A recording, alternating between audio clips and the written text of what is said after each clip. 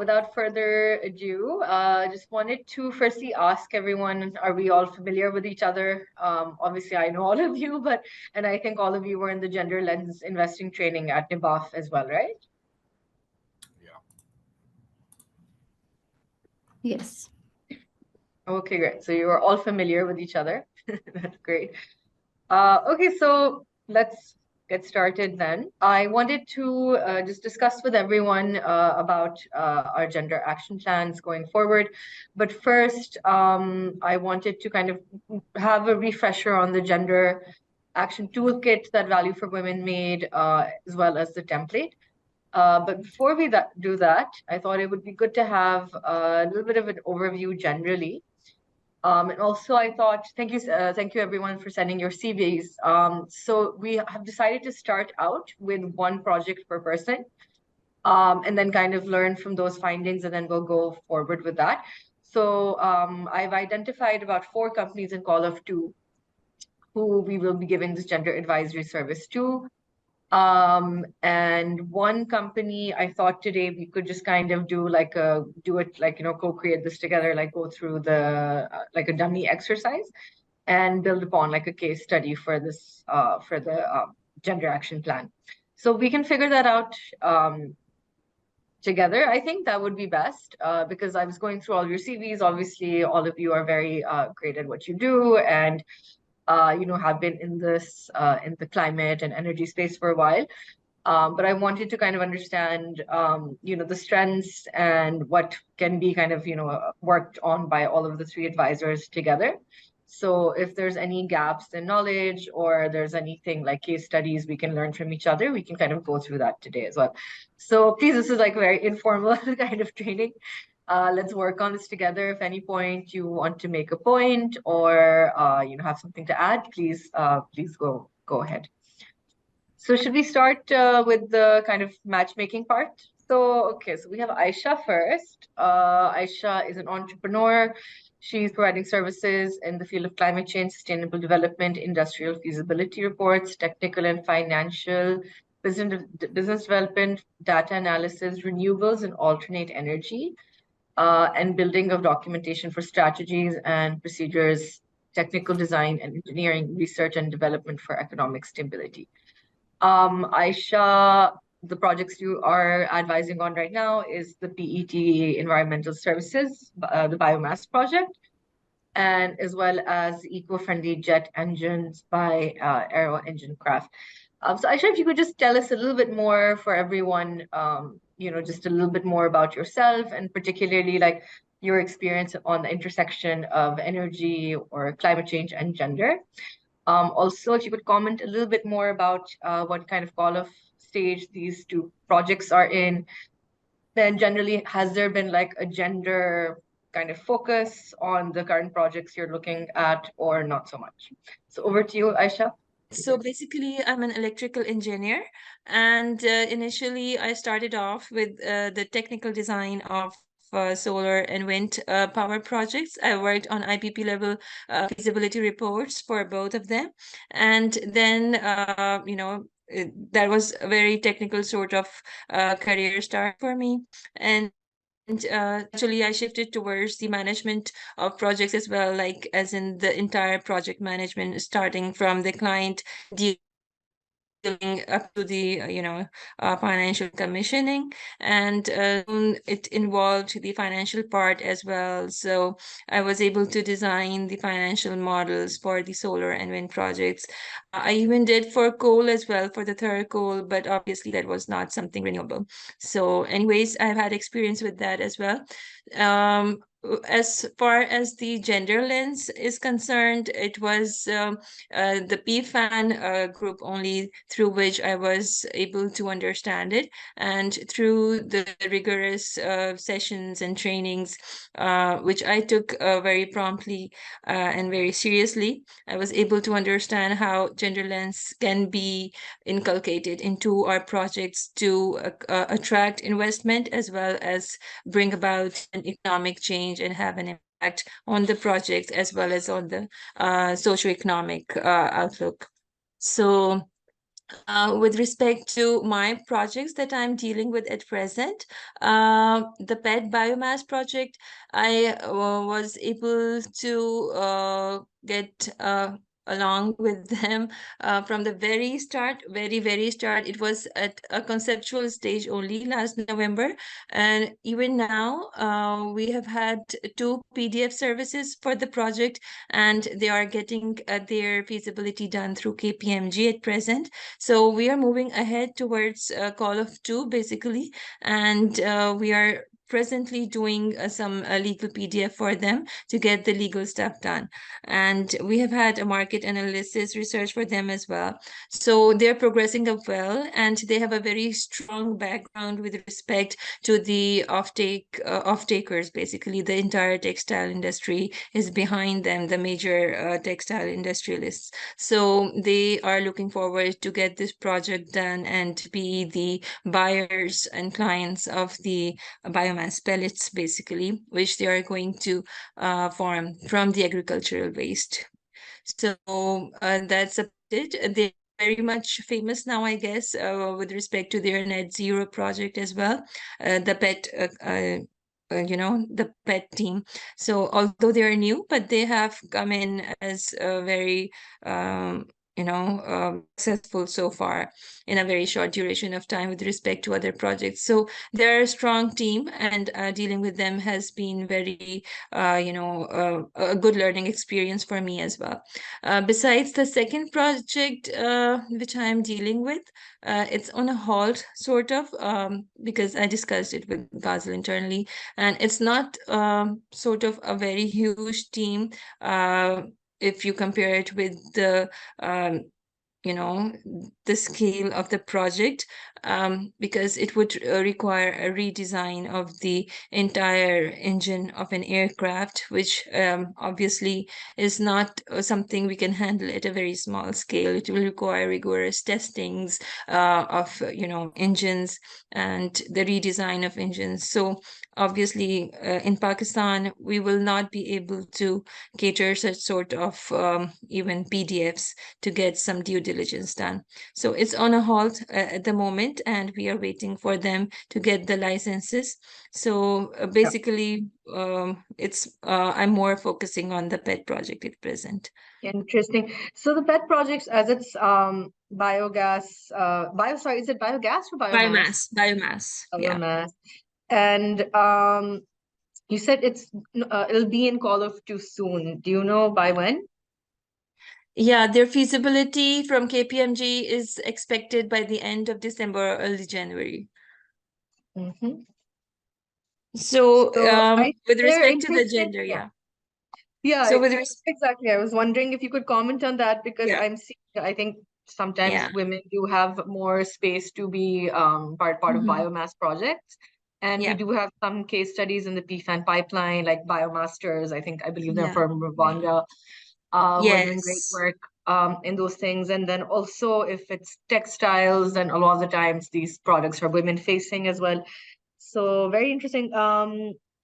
Yeah, if you could comment a bit on that, like, because I mean, we've identified, the first projects, but I want to keep like a lookout on like, the future pipeline of gender action plans as well. So basically, Mavra, we have 4 gender lenses that we studied in our previous sessions. So I think with respect to this PET biomass project, the first, women in the leadership or entrepreneurship, they do have director level, executive level females who are very much into the decision making of the entire, company. And second, even in the employees, they have a sort of 50-50 ratio of both genders. So they're very much aware of this as well. And when previously I discussed with them about how they would target the customers or something like that, and something in the supply chain, value chain, sorry. So they were very much aware of that as well, and they proposed that they would supply some sort of kits to the farmers, women farmers as well, to help them, with the process. So yes, this is I would like rate it as in the best category when it comes to gender lens. Okay, great. I think that would be gender proactive, I believe. Yeah, Okay, interesting. exactly. We'll Exactly. go Gender over that. proactive. Yeah, we'll be Yeah. going over all of those things again today. So Great. great. Thank you so much, Aisha. Thank you for that. Thank you. So should we move on to our next Sure. advisor? Hold on. Oh, I think I stopped sharing my screen, right? Hold on.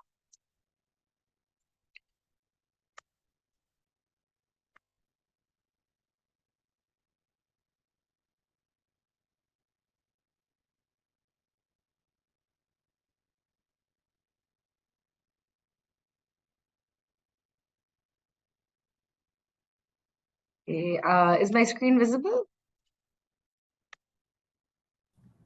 Yes. Yeah. Okay, so Yes. Umar, it's over to you. Sorry, this is yes. So, Umar, sorry, is that Umar Kazmi or Umar Kazmi? I almost like don't know how to It's pronounce it. it's Kasmi. Kazmi, ठीक है, Kazmi. No, Kasmi See, with an Kazmi S. with an S. Okay, Kazmi, got it. So, a seasoned energy sector leader with 16 plus years of experience in project management, consultation, and auditing.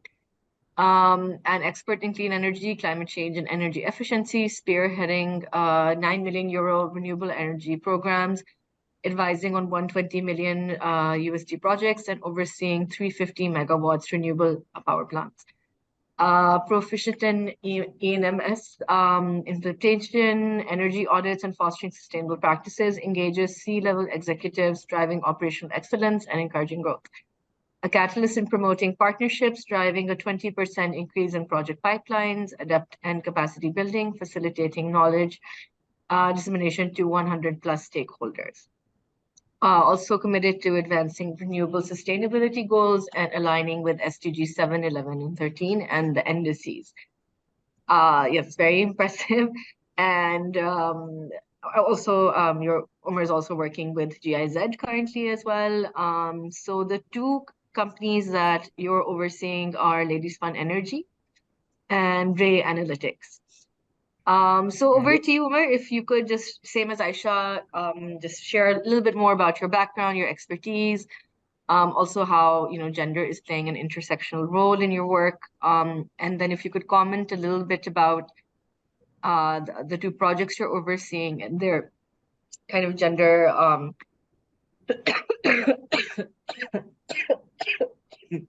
their perspective gender status. I know Ladies Fund Energy is on hold currently, I believe. So maybe that wouldn't be so relevant, unfortunately, though, because obviously it's a very gender heavy, like women heavy project. But if you could discuss a little bit more about Ray Analytics, that would be great. Sure. Assalamu alaikum, everyone. Thank you, Mavra, for the introduction. So basically, I too am an electrical engineer by profession. I've been working within the energy and power sector for several years now. I've I worked as a contractor. I've worked as the owner. I worked as the OEM, which is the original equipment manufacturer, relevant to these renewable energy IPPs. Yeah, so about Ray Analytics, so just a brief background of what Ray Analytics is all about. So this is basically,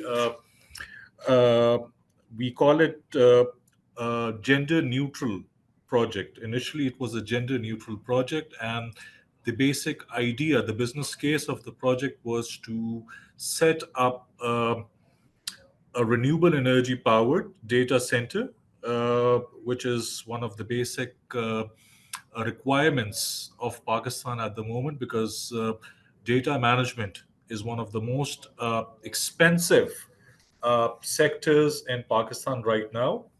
So there's a lot of potential for investment over here. So Ray Analytics basically, they, as I said earlier, they were a gender neutral project, and that was a concern for me as well and for the PFAN team, because to implement PFAN's gender strategy, we had to diversify, and we had to basically provide a synergy on how gender can be part and parcel of this sector, because in general the IT sector is 73% male dominated, and data center business is 90% male dominated. So there was one aspect in which uh, we had to work on three important aspects. Identifying the gender markers was one issue, in which we started off with a gender neutral marker, and then we moved towards identifying where there are opportunities to include the gender strategy, the gender lens within the project. So far, we've identified two venues, two areas. One is the customer side, the other one is the management and leadership side. So that was a win for us, in which we incorporated an action plan, a brief action plan. Um, and we are working on that as well. So the project itself didn't have much data locally. We have international data of how there's a disproportion in the values. What's the impact, and how much value addition will this project and the gender lens inclusion benefit? So we identified specific needs. We identified where women can play a huge part uh, on behalf of the customer base. And then there were a few training sessions as well, in which we discussed with the local expert in Karachi, who is an IT guru and data center expert as well. So, based on our conversations with her, based on our discussions with her, we came up with a, a, a general roadmap. But after going through these trainings, uh, we found out that the gender action plan, actually prepared by PFAN, is quite specific, is quite interesting, and I think, like, if we transform the data we have available into that action plan, we might go somewhere. So I think that's where we are right now.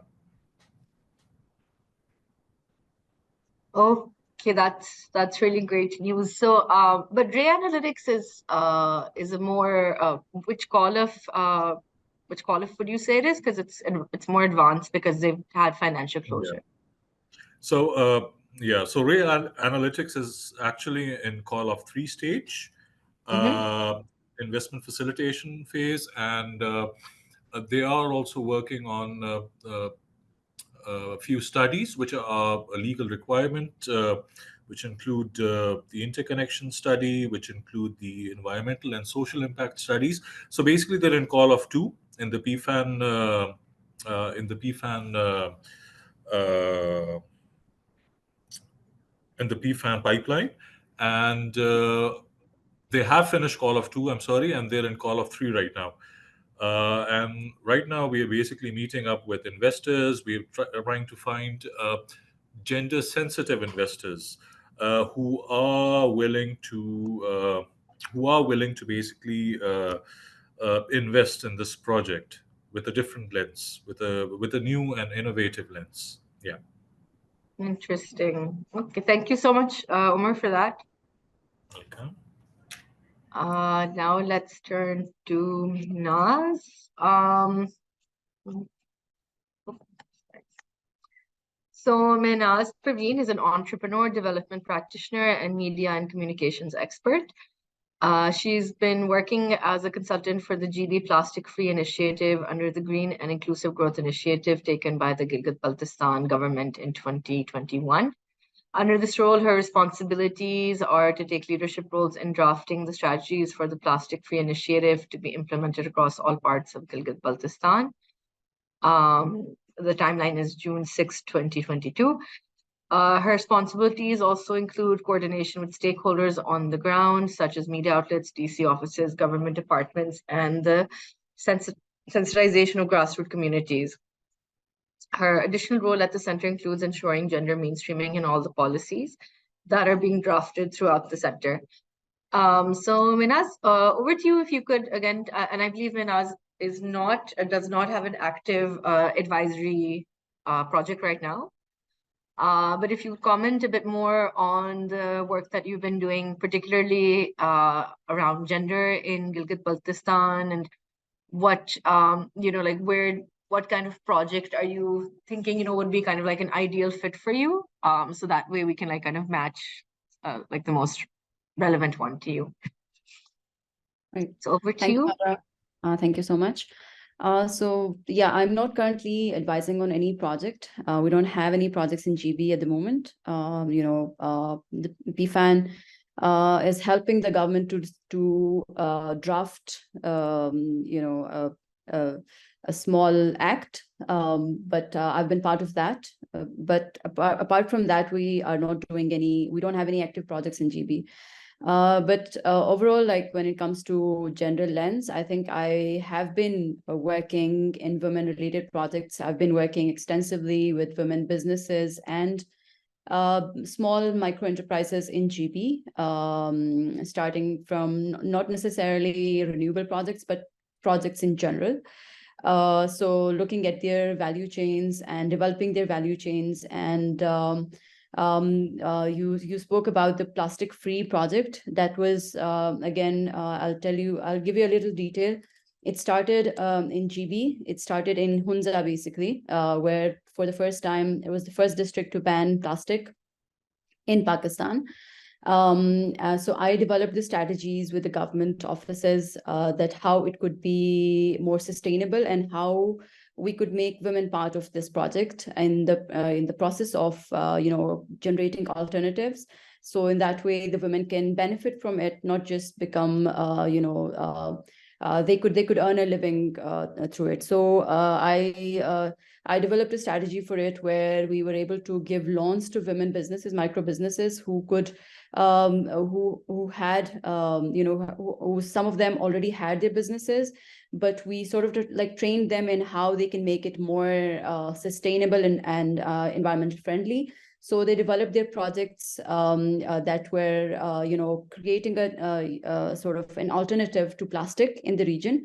The project was then I was then taken on board by the GB government through the CM's policy unit to replicate the same in whole of GB.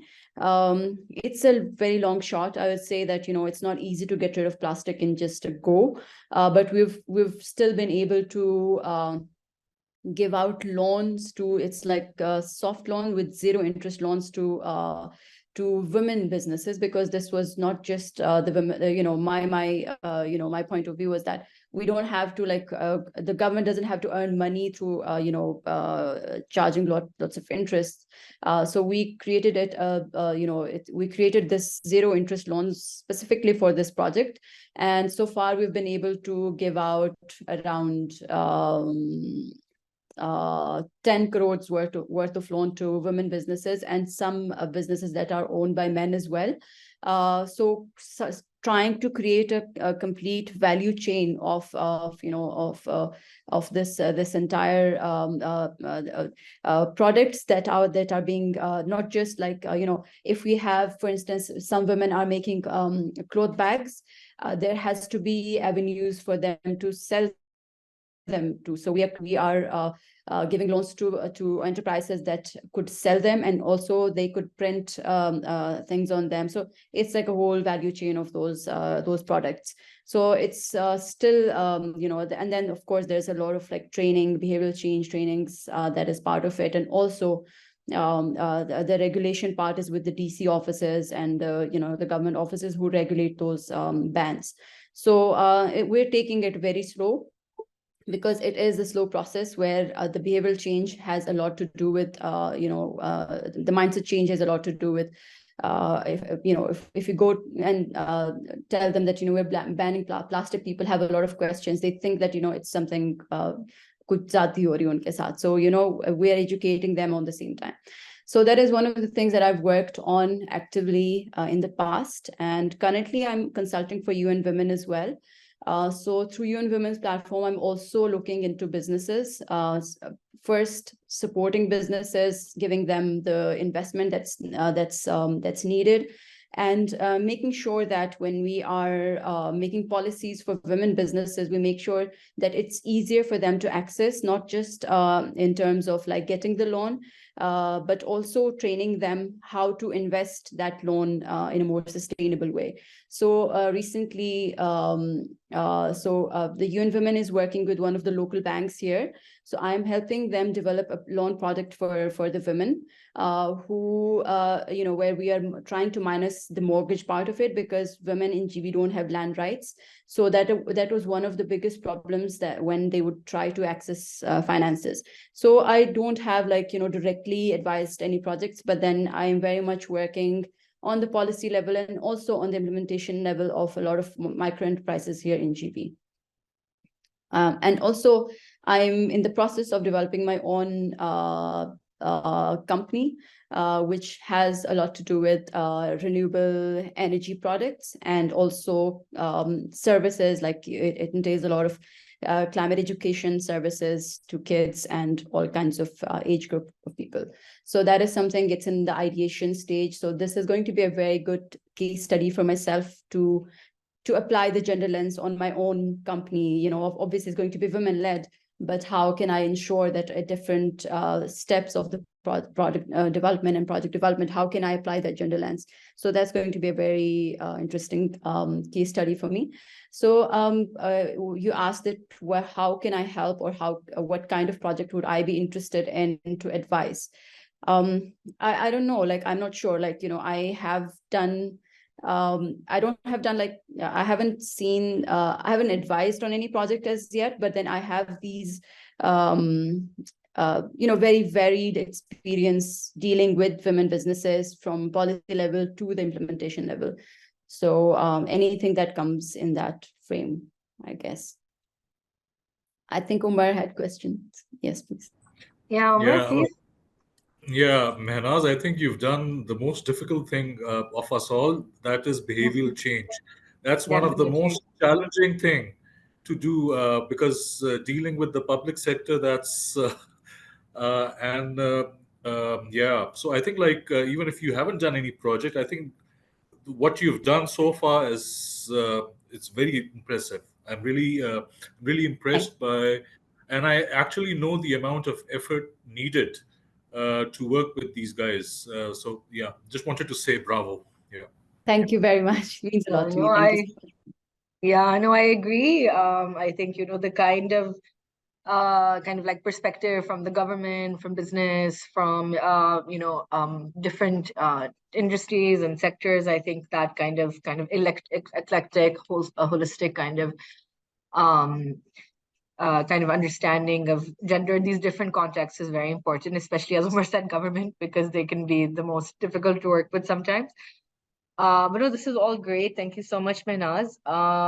Thank you, Mavra. And I also, and I think it's I think, what I was mentioning about that cross-pollination between the three of you, I think that can be really interesting as well, because, all three of you have such interesting kind of technical skills, but then also this kind of, life experience and work experience working in different sectors. So I think that's really exciting. So yeah, actually, I think that we are coming to, sorry, 1 second, let me just see what is next on the agenda. Yeah, so okay, now that we know a bit more about everyone's experience, I was thinking now we can kind of dive right into the companies that have been identified. And then I think we can together, because I've identified 3 companies in call of 2, but I'd like for each of you to we can all work together on this and see which person matches which company the best. And then we have 1 extra company that we can try to do the case study together today a little bit. So because obviously the toolkit and the template, I think everyone's understanding is really solid. But I just wanted, a little bit of a refresher, also a little bit of from your experience and expertise about how we can further kind of culturally attune the toolkit and the template, because of course, I think Pakistan has certain bottlenecks when it comes to gender that we can maybe address as well. So just 1 second, let me just open that up.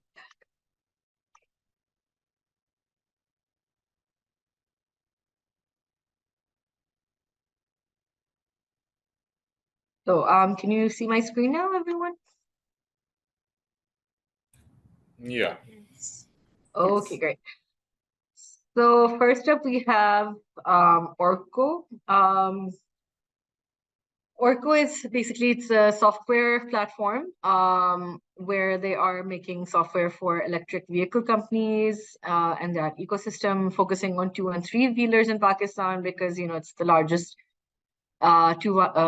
fifth largest market wheeler in the world. And I think a lot of the already existing companies in our pipeline, they're also mostly focusing on 2- and 3-wheelers because I think the affordability and the demand for these are much greater in Pakistan. So interestingly, Orko is basically supporting this company, Vitality Electric Vehicles, in attempting to create an impact on the mobility sector of the country. So Orko is basically providing Vitality Electric, or all they call it Electra. So basically their backend software support, their IoT, etc. So these companies are a little bit like connected as well, which I think is interesting. So if we do decide, if one part, if 2 of the advisors take this on, so then maybe working a little bit together might come in handy as well. So they launched their showroom in Karachi in October 2021, and they have launched Pakistan's first low iron-based EV motorcycle with a variant named Bolt. In September 2022, Electra became a government-approved manufacturer of electric motorcycles, and Karachi plant have an annual production capacity of 30,000 units. So basically, they're kind of a bit ahead, I would say, of early stage, but I think could do well with some, gender sensitization and advisory. And if you look at, other similar companies in our pipeline, such as like Easy Bike or Mode Mobility, especially Mode Mobility does have this kind of female-facing these products that are more like, ergonomic for women to use. So that's something that, maybe we can cross-pollinate from our existing pipeline as well. But of course, not giving away any trade secrets or anything like that. But, just kind of being mindful of what we can learn from the existing pipeline as well. Third is our ARZN Renewable Energy Private Limited, which is building the first state-of-the-art biodiesel production facility in Pakistan. The facility will operate on waste solids and produce high-quality European-grade biodiesel. The advanced biodiesel will be produced as expected to result in greenhouse gas emission savings of 70 to 90% when this advanced biodiesel replaces traditional diesel. So the project is expected to come out in 2024, which is next year. And these are kind of the projections they have, which I think will come in handy for the advisor who's seeing this as well. But of course, I will share the details with each advisor on each company by after this training as well.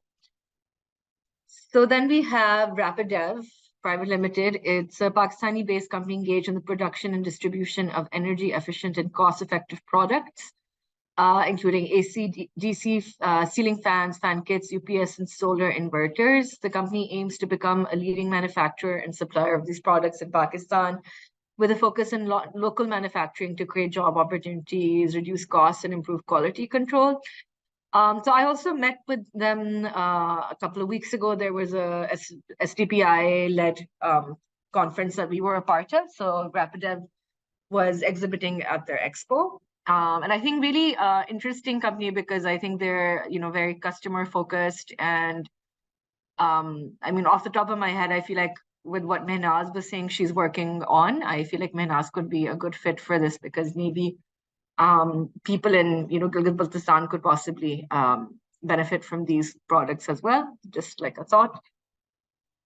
So, okay, so that's basically the 4 companies. So yeah, so I mean, what is everyone's feeling about? Does anyone have like, like a feeling that they would prefer one company over the other? So if you can comment on that, that would be great.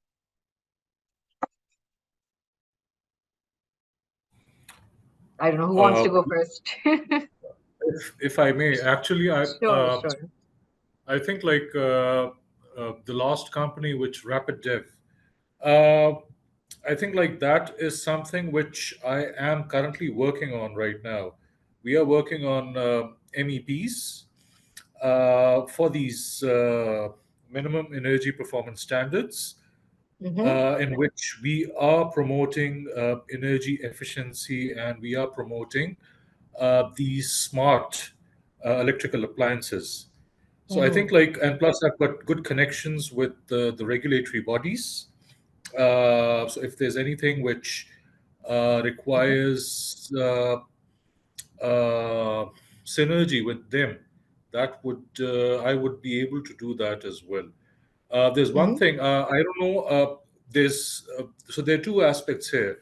What's the if I say that Rapid Dev, what where does it lie? Is it a woman-led business? Is it a what where does it stand right now?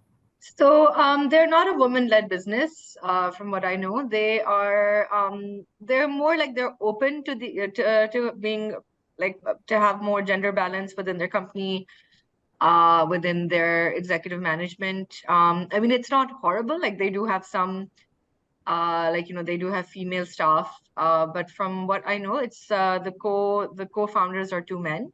But I spoke with them and they seemed very open to this, to having more gender mainstreaming and kind of having even as customers kind of looking at women as customers as well as in their own team and management.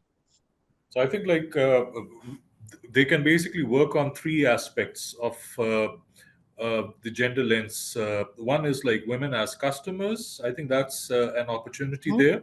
You Yeah. mentioned GB, so I think that too is an opportunity. But we need to see based on their logistics and supply chain and their business proposal which locality and which area would be the perfect fit for them.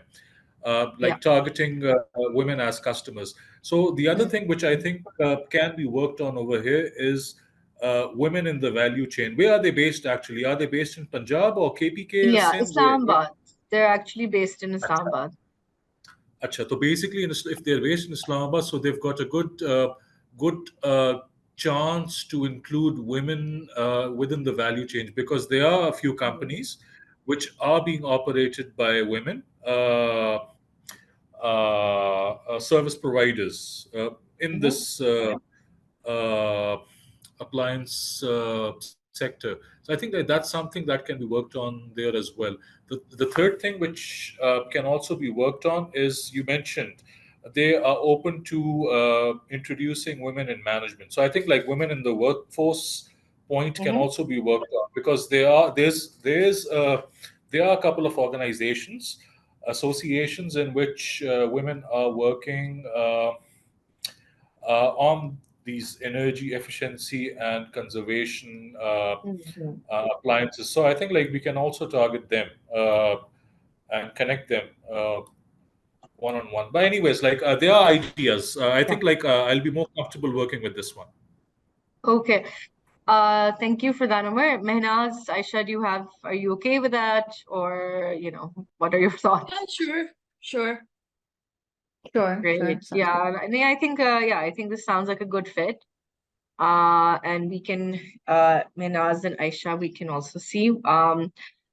I mean, what are your thoughts, Aisha and Minaz, to take on, sorry, one I second. can take this renewable energy. What are they producing? So this is Biodiesel? biodiesel.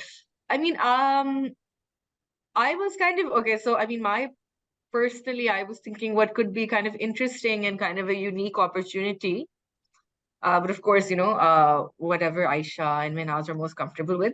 But see, like, because Orco and Vitality Electric are working together, in a way, like, it would give us a chance to kind of gender mainstream, like, more like granularly within their supply chain, if that makes sense. So from like the software to the end product, So this is the same company? it's a different company. Vitality? Yeah, Okay. so Vitality is a different company, Orco is a different company, but Orco is basically doing all of the software Software. development, the Yeah. IoT for Vlectra. So I thought that could be interesting, but of Yeah. course, what Yeah. do you both feel like you're comfortable with? So these two projects have a synergy sort of thing. That's Right. what you're trying to say. Yeah. So Exactly. yes, And I feel like it would be interesting to be able to work yeah, from yeah. like the software to the end product. Hardware thing. Yeah. Yeah. Yeah. Yeah, Mena, what do you perfect. think?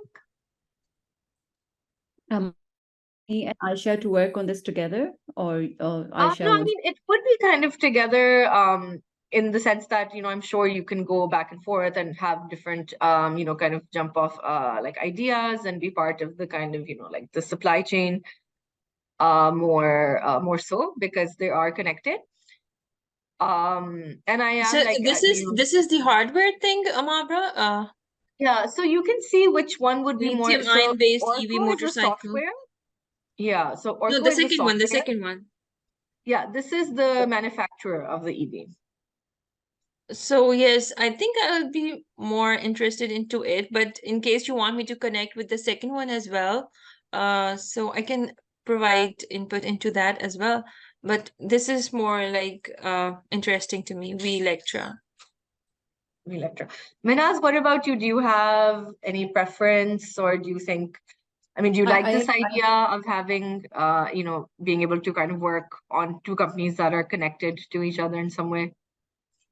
Yes, I think I can work on I also like the manufacturing part of Vlectra, because it could be very interesting to see that how can they include women in the manufacturing part, like a lot of like assembling is done and all of that. So I think there's a lot of space for them to include women there. And also I like the 3POL also, who are distribution of energy efficient products. In the distribution part also, they have a lot of space to include women. And also it's very close to what I'm trying to do as well. So I think this would be interesting for me to work on. If that is not a conflict of interest. No, I'm thinking, let me see, because okay, let me see. Because the thing is, if Minaz, because also Orco, I was looking at your profile, your CV as well. So another thing we wanted to look into is kind of more women in STEM field. And what I think is interesting with the Orco company is that they want to include more women in the, like, like more coders, more women in development, software development, which I think you've had some projects that in JB that you've done, right? I can do that, of course. We have a lot of women working in the technology, area and STEM area as well, STEAM, we call it now. So yeah, definitely, there's an opportunity. So yeah, it could be interesting. Yeah. So another thing, my point was that, for instance, like Minaz, if you feel like the Rapid Dev, might have some kind of distribution potential in Gilgit-Baltistan, like I would encourage talking with each other, trying to brainstorm ideas as well. So even though the particular gender advisor is responsible for the gender mainstreaming of each project, we definitely, because this is the first time we're all doing this, to encourage kind of working together, working collaboratively. So definitely as we go on, we can revisit these ideas. Anything related to GB, if there's distribution or anything that is needed here for any project, I'm here and happy to help. Wonderful. Thank you so much. Okay, so this is exciting. Okay, so we have our companies now. So Orko, Minaz is looking after Vitality Electric Vehicles, will be Aisha's project, and then we have Rapidev, which Omar will be looking after. So great. So now we know the kind of case study we can focus on today, which is our ARZN Renewable Energy Private Limited. And another thing is that with this, because this is a call of two project as well, so whenever the gender plans are done, and seeing how that goes, we can always have do the next project as well. So that I'll go into some detail as well about how, like, the kind of logistical elements of how to do the gender action plan. Excuse me. Okay, so let's move forward a little bit. So yeah, I just wanted to share some case studies to give a kind of a wider perspective on gender lens investing, and also what is happening globally as good practices, right? So one thing that I kept coming across, and these are case studies developed by Aspen Network of Development Entrepreneurs, and they've been working with a lot of different DFIs, multilaterals, research centers on gender lens investing. So I can share some resources. I think I might have shared some in the past as well, but I can share them again. So yeah, so basically, this case study is basically looking at, how gender lens investing kind of became like this big kind of buzzword around like 2 years ago. And that there have been lots of initiatives launched globally to reduce $1.7 trillion of the investment gap for women-led MSMEs globally. Obviously, that's a huge disparity, and I think the actual number is probably much bigger than this as well. Another thing I was seeing that a lot of the interventions are looked at women business owners, and how they can just be more presentable during pitching sessions, be more confident, have better feasibility studies, but there's less focus on how we can change investor behavior, right? So you were all part of our financial institution JLI training, which of course we were trying to kind of change how financial institutions look at like female facing business products and banking and investment.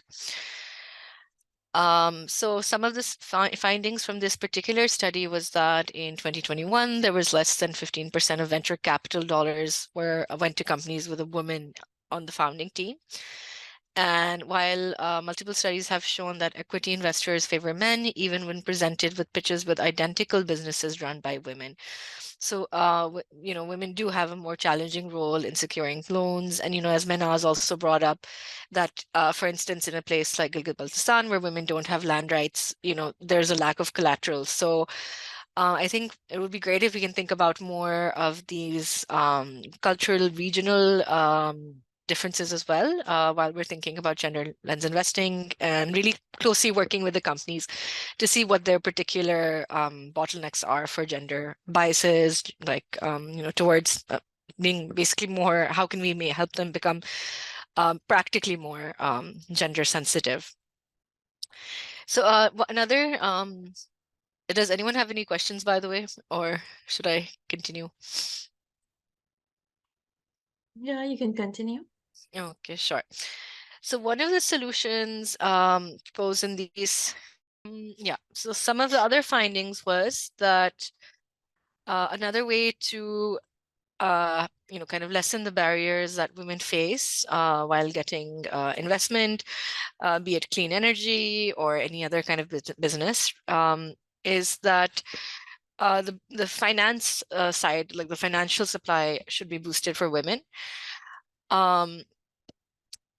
So basically, they did some analysis to find out the gender gaps in what the financing observed in any entrepreneurial context, as I said, not necessarily clean energy or circularity, but any kind of business.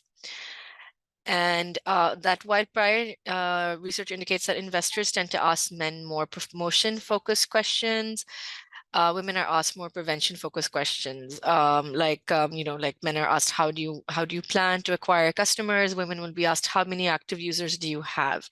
So, you can see the kind of bias in this question, that while, men are kind of being asked the kind of future planning questions, women are being more harshly assessed for the current consumers or active users they have, right?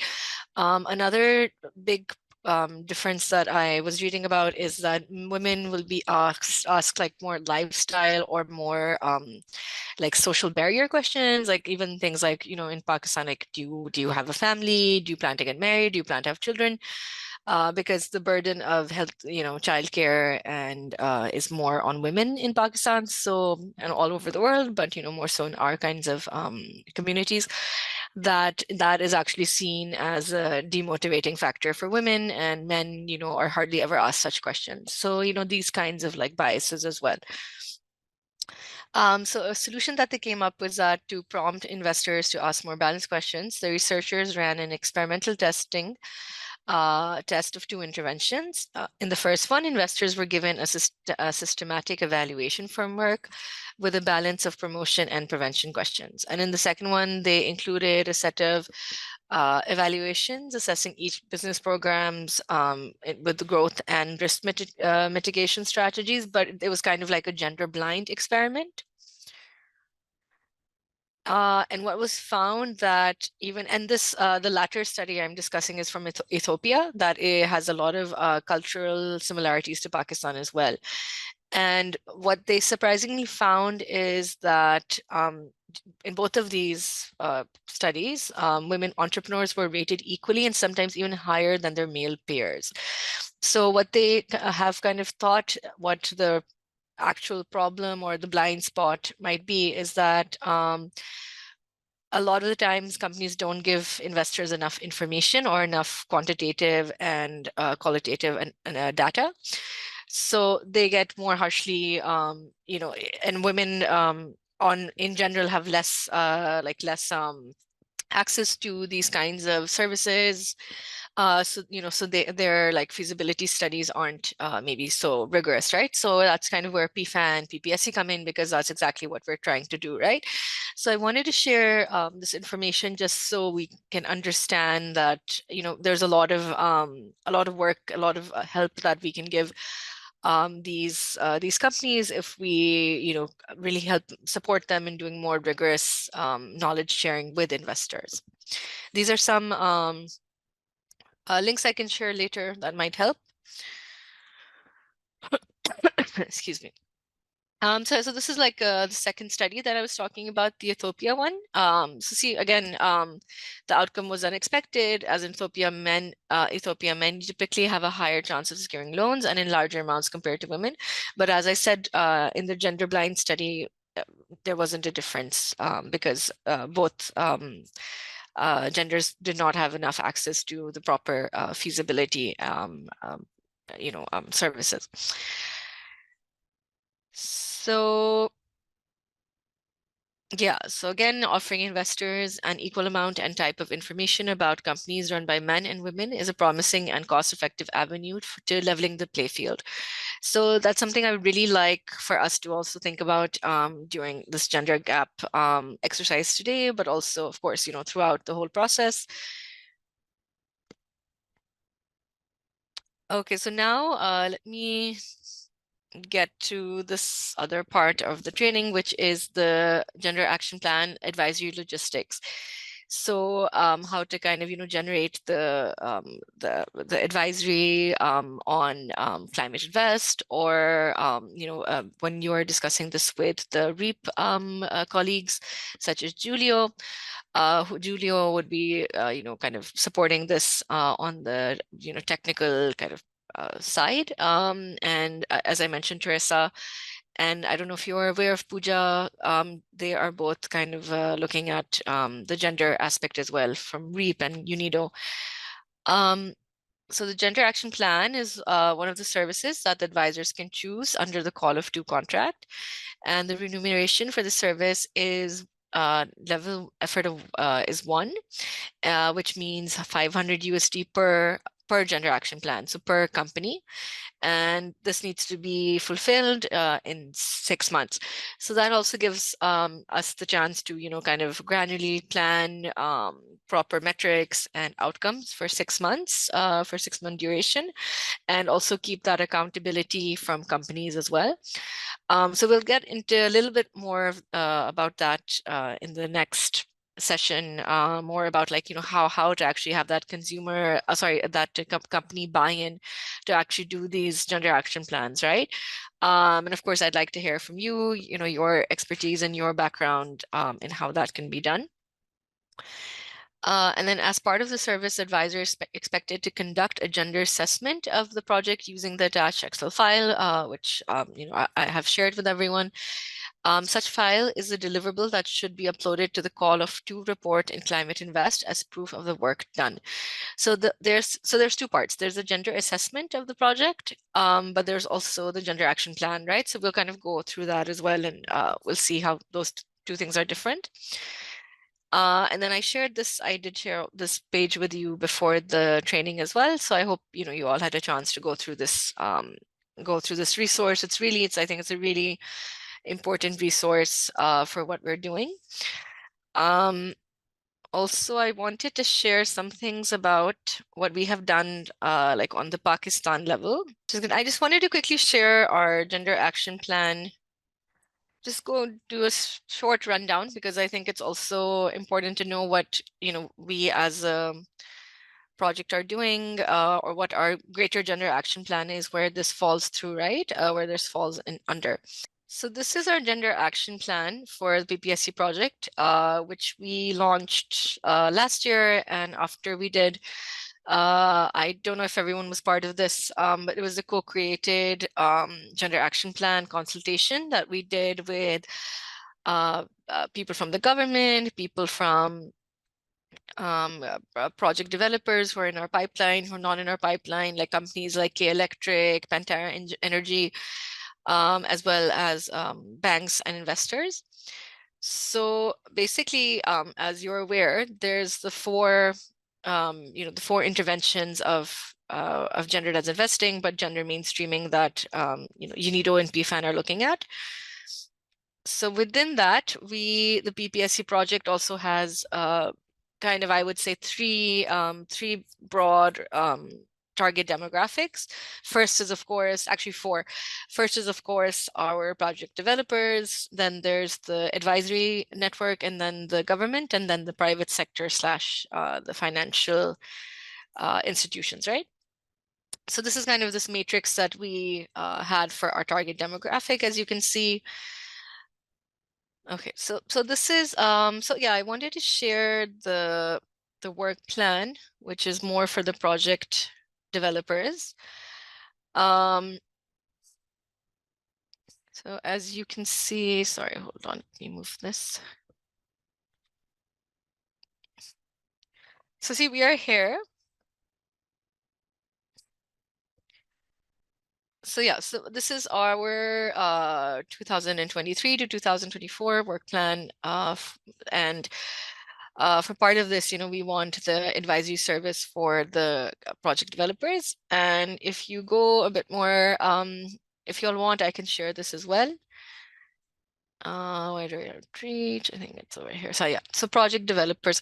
So some of the, like the key outcomes that our research that we did with the consultant, we found that the PFAN roster currently has 31%, 9 out of 29 female advisors. This has changed a little bit, but not by that much. From the project pipeline, female ownership currently stands at 11% in 36 projects, with over 50% ownership of women in only 4 projects. Also, the potential for female energy advisors need to be scouted through networking, engaging, and active alumni within the country. And, I believe Mehnaz and Aisha, we are happy we found you because, this was you guys were inducted after this gender action plan. So the women's share of executive management stands at 24%, with only 4 out of the 36 organizations boasting 50% or higher share of women in executive management. And then overall, there is a huge lack of women-led enterprises in the country, and the majority of the technical positions within the energy sector are also male-dominated. So since there is also a difference between the proportion of female engineering students and graduates and the number of women employed in the formal energy sector, there is a huge supply gap. But there's some granular research I carried in this space as well. There's also that, as we used to have kind of this, I would call it like an epidemic of, doctor brides in Pakistan, where there's lots of women who've they've graduated from medical university, but once they get married, they often don't opt to actually practice. And this is also now a trend in the engineering fields as well. As a lot of this data is being shown from the big universities that are have specialized engineering departments. So this is something in our sustainability plan as well, that how can we can engage more universities and even schools, that more women do enter the field rather than not opting to work. So this is just like an overview. I can definitely share this action plan with all of you as well if you like to take a look for that. Okay, then now I want to get back to our. So did everyone was here for this part, right? The gap advisory logistics, because this is important, but I'll share this presentation with everyone as well, so you have access to it. And if you have any more like technical questions, Julio can definitely answer those as well. So now let's go get into the actual toolkit. Which so was everyone able to do the training that we had with Value for Women? This one, not this one, it was this one. Yeah. Okay, so everyone's familiar. So ideally speaking, I did want to go and do a refresher and go through the whole presentation once more.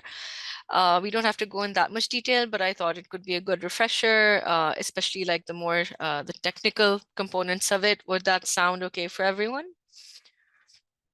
Yeah, sure. Or We if can or if just you have a brief overview, yeah, because because we've I just already thought gone through it. exactly. So another thing, so of course, this toolkit is going to be what we're following, which has the template as well. So everyone's also gone through this, right? The Gender Action Plan toolkit.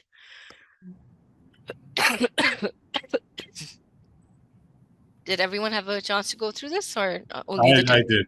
I You did, yeah. Mehnaz and Aisha? Yeah. Yes. Okay, great. Okay, so let's jump in over here. As mentioned earlier, that these are the gender lens 5 entry points, and kind of the sex disaggregated data collection is kind of a part of all of these 4 entry points, because as noted earlier, that the lack of data is actually what really what makes a lot of companies not get investment, especially on gender metrics, because there's not enough research between in the company itself, but then there's also lack of like contextual country analysis, like projections. So the sex disaggregated data collection should be a part of each of these interventions. Like for example, if you're saying that there need to be more women customers for this particular company, like what does that look like? Like what is the projected numbers of how many prospective female customers there could be? What would be the rise in revenue? Like the things, considerations like that, right? Another thing there, what I found with this Value for Women training module, it's really, really good and quite rigorous. But one thing I feel like I wanted to say for Pakistan is that we are talking about intentionality here, but I think it would be good to also have a bit of an intersectional approach towards our gender action plans as well. So gender intersectionality, just to give you a refresher, is not just that there needs to be more women in the workforce, but women from different strata, like women from different economic backgrounds, women who might have who might be differently abled, women from underrepresented regional geographical locations. So that kind of lens. So not just looking at women as like this kind of monolith, but like understanding that different women and even different genders. So rather, I prefer using gender disaggregated data collection than sex disaggregated data collection, because when we're talking about gender advisory, we're not just talking about men and women, but there can be other genders. Like for instance, Pakistan, the X, like the transgender category actually exists. So even I think it's important to have those metrics, and I think a lot of Pakistani companies are open and willing to also employ transgender community. So I think that's also an important kind of puzzle of the piece to look at. Any question about that? No, I'm Is that good. clear? Okay. So, let me just move on a little bit more, since I think we're all quite familiar with these 5 broad entry points. So Mavra, hello? Yeah. Yeah, so I just wanted to make sure this is going to be an interaction with the actual advisor of the project, or it's going to be a direct thing Yeah, with the so this company. is another thing that we need to work on. So basically, this is also why I wanted to go through this kind of exercise of trying to populate the template, right? So of course, working with the project advisor is very important. That needs to be done because the advisor will be really able to help you understand some things that obviously maybe the CEO or the founder or the team of the company might not be understanding that they're doing, because as Omar and Mehnaz were saying, behavior change can sometimes be very difficult, and people don't Yes. realize the problem, right? Like kind of defining the problem is half kind of the battle. So the idea is to work with the advisor, but also work very closely with the project developer, right? And this, what Julio was also mentioning in the more logistical framework, is that there needs to be this buy-in from the project developer firstly, and having this kind of needs assessment, this kind of assessment of how dedicated they are towards these gender goals, right? So yes, that was the first question I asked Ghazal when we were initially discussing this a few months back. And my first question was, are the PDs actually aware of what this is? Because most of them, I think they need sense of awareness as well that this is important. Yeah, so another thing, Aisha, that can be done, like for instance, this like kind of refresher training that we've done, and Value for Women they have a similar training module for project developers as well, and I think even this module would be very useful for them, right? I mean, this is hardly like 35 minutes, and I think it would give them a really good idea of why there's like a global demand for gender lens investment as well. So definitely from the project developers we've identified, I think it would be helpful, and I would like to discuss this with Marco and Teresa as well, that how we can kind of work more closely with the project advisor, the developers, and the gender advisors, right? And do it in an effective way that's not too time consuming, so project developers or advisors don't feel like this is a lot of extra work, but something that really does add a lot of value.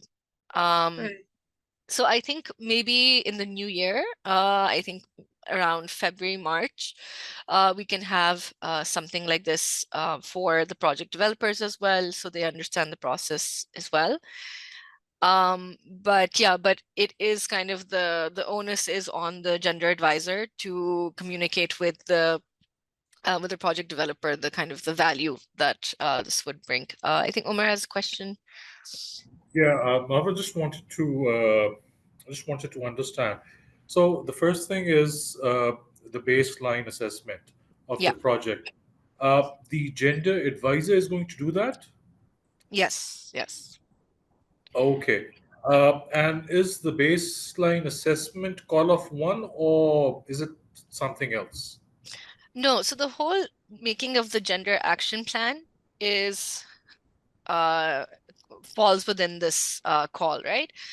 So within this template, the first action is actually doing the kind of needs assessment, right? So you kind of figure out where there's a missing thing you can't see at the at this. I'm trying to move this. Hold on. See, so this is a summary of the gender responsiveness. So this is kind of where the baseline assessment comes in. And after speaking with the project developer, with the advisor, you will get an idea of, okay, like, where do they stand? So within that, just there's gender neutral, then there's gender, sorry, I've forgotten all of them. Sorry, hold on. So they are gender neutral, which is, the kind of the least desirable, and that's that's numerical value for that is 0. Then there's gender aware, then that's 1, and then 2A is gender practice or gender practical, and then 2B is gender forward. Sorry, 2A is gender proactive, and 2B is gender forward.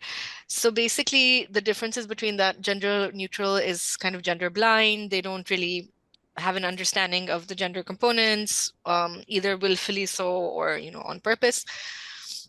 And then gender aware is that they understand like the importance for gender mainstreaming within their company, but they don't have the tools.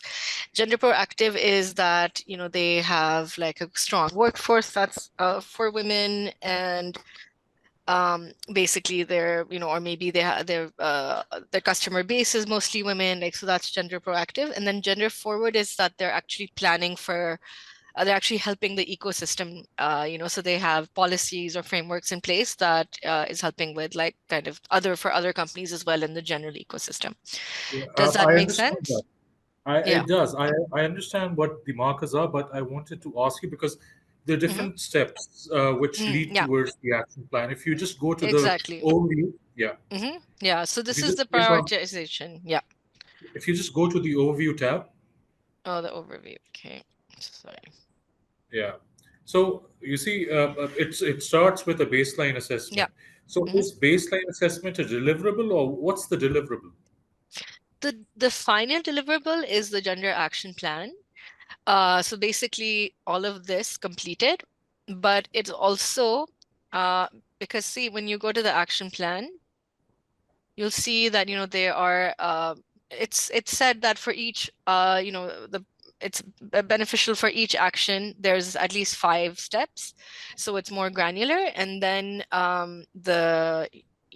like the gender advisor would then see, okay, so who is in charge of meeting this from the company, and then have a like a kind of a timeline over here. So this you will give to the company itself.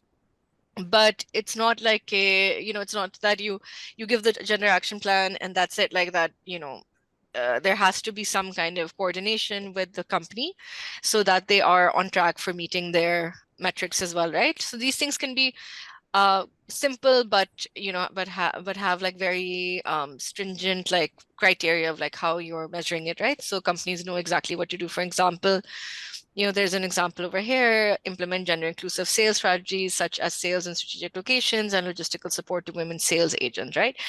So then there's all of these steps that can be taken on that front. They've given 5. Like, I feel like even in a place like Pakistan, even like saying like recruiting these sales agents, women sales agent would be like a whole action in itself, right? So that's where I feel like the kind of more cultural sensitivity comes in. So does that make sense? So basically, in number 1, you're kind of doing the assessment because you're kind of operationalizing what the problem is, what the proposed action is. So this is a bit more like general, like over here in the prioritization section. And then in the action plan, it's a bit more granular, and one has to work together with the companies. and the management. And then the third one is once, you know, you have a date, like, so it's a 6-month period, right? So if you say, okay, in month 4, we, you know, we will like kind of measure that did these metrics even like were they accomplished? So like, for instance, you know, increase in sales, increase in gender inclusive policies and practices, you know, things like this. So that would kind of give an overview of, okay, was there some improvement after the gender action plan? So since it's a 6-month long process and like exercise, it is like important to do like a very realistic, because it's a short-term project, right? So do a very realistic kind of evaluation of the project. And I believe in some projects there is like some, you know, some kind of research that they've done that can also be used within the prioritization, right? When you're doing like a basic needs assessment. But Okay, to and but the to generate projects. the call, sorry, but just one more point. To generate the call for the gender action advisory, basically this needs to be inputted into Climate Invest so that can be generated. Okay, and basically the gender action plan required right now is for these 4 projects. Is that correct? For now, no. For now it's 3, so 1 project each, and then obviously, like, if you want to take on more projects, that's up to you know, that's up to the gender advisors. But just because this is the first time we're doing this, we thought it's good to have 1 project, Gotcha. get it I done. got So, you know, they're like, we know, okay, this worked, this didn't work, what can we do better, right? And even though, of course, there's a 6-month time period to do these things, if you know, the faster you can help the project developers get this done, the better. I got it. But obviously, like, some metrics are more real time, and you know, more like you can see the impact. Like, for instance, if you wanted like a social media campaign that was geared towards women, right? So for RapidDev or something like that, right? That's basically like that you could very quickly monitor and see, okay, did more women start purchasing? Was there more attraction on the Facebook page? Like something like that, right? That you can monitor very quickly. But then if it's like a longer term goal, then of course, like, we can't, you know, like, then the project developer has to follow the action plan, right? And kind of follow up with us as well. Okay, got it. Yep. So should we kind of I think maybe proceed to kind of populate maybe the template, so you know, we can kind of work on it together. Okay, let me see. Can you all collaborate on this? Because I gave everyone the rights, but I don't know if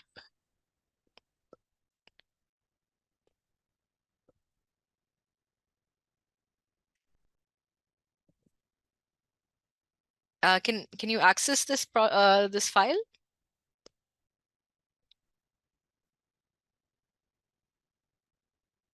Access the Excel sheet. Yeah, the Excel sheet, yes. No, I don't think so. Okay, let me try again. 1 second. It's on the link you shared in your email, right? That's where you got it from. Yeah. I can share it here as well, but I thought that sometimes you can use like a whiteboard to work on this as well. So I was trying to see if I can upload it. Yeah, I've shared the document in the chat as well, and I have a whiteboard in case you want to write like any points, anything that comes up.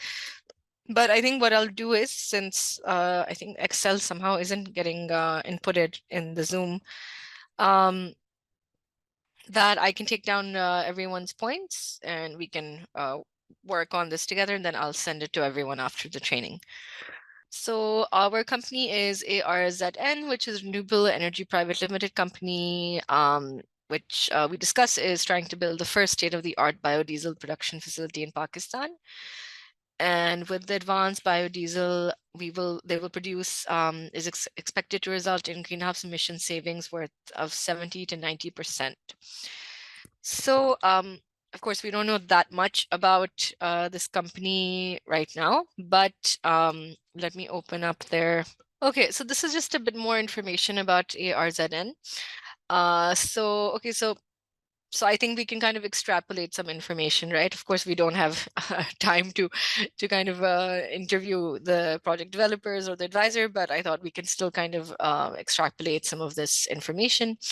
So I thought it was interesting that, you know, their total cost is USD 5 million, which obviously falls within the ticket size, and they have already raised 1 million from international investors, many of whom are based in the United States. And from what I know as well, that a lot of the American investors, they do look at the gender metrics quite a lot, right? And it does help your case, your business case, if gender metrics are involved.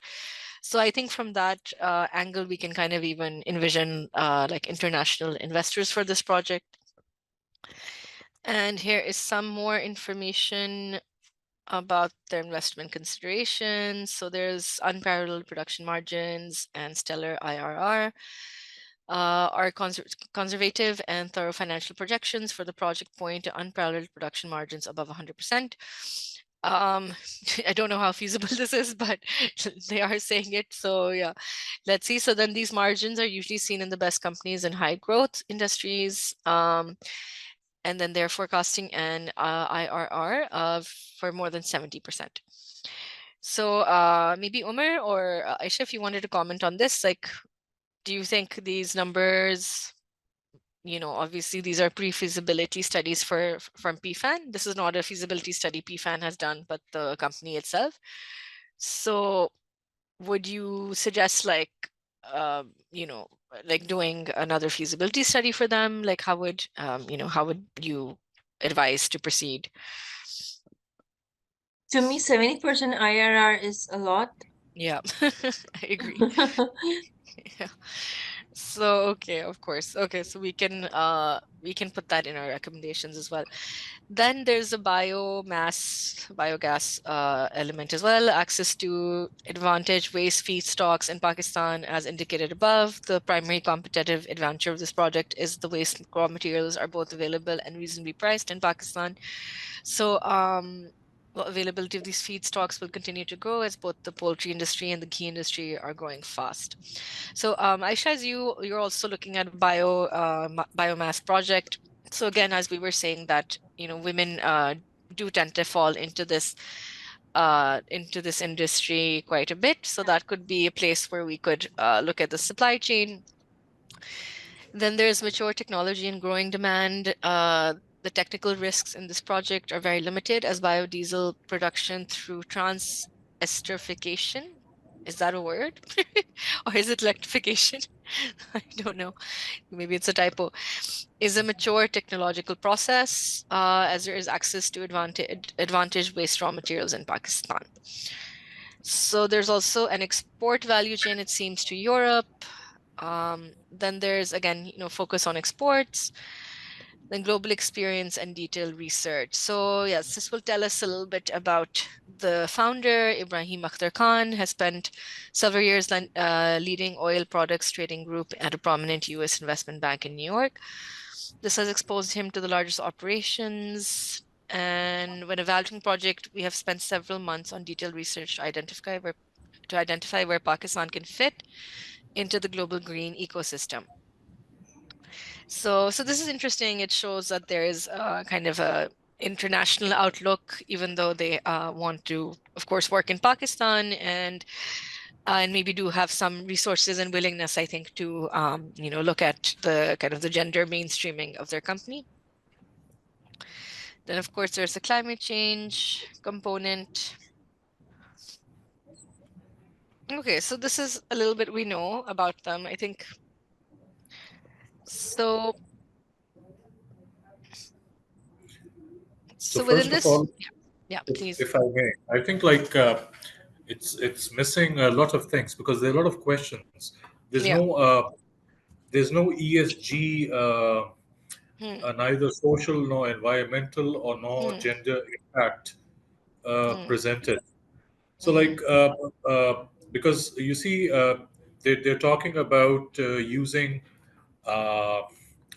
feedstock Hmm. Hmm. uh, as an input. But Yeah. like, if you look at the market, transportation is dominated by men, uh, Hmm. and feedstock availability is not that easy. It, Of it's course. got, it's got a lot of Hmm. challenges, and Hmm. you can't add. There aren't any women within this Yeah. value chain of Hmm. transportation. Of even if you buy a feedstock from someone, Hmm.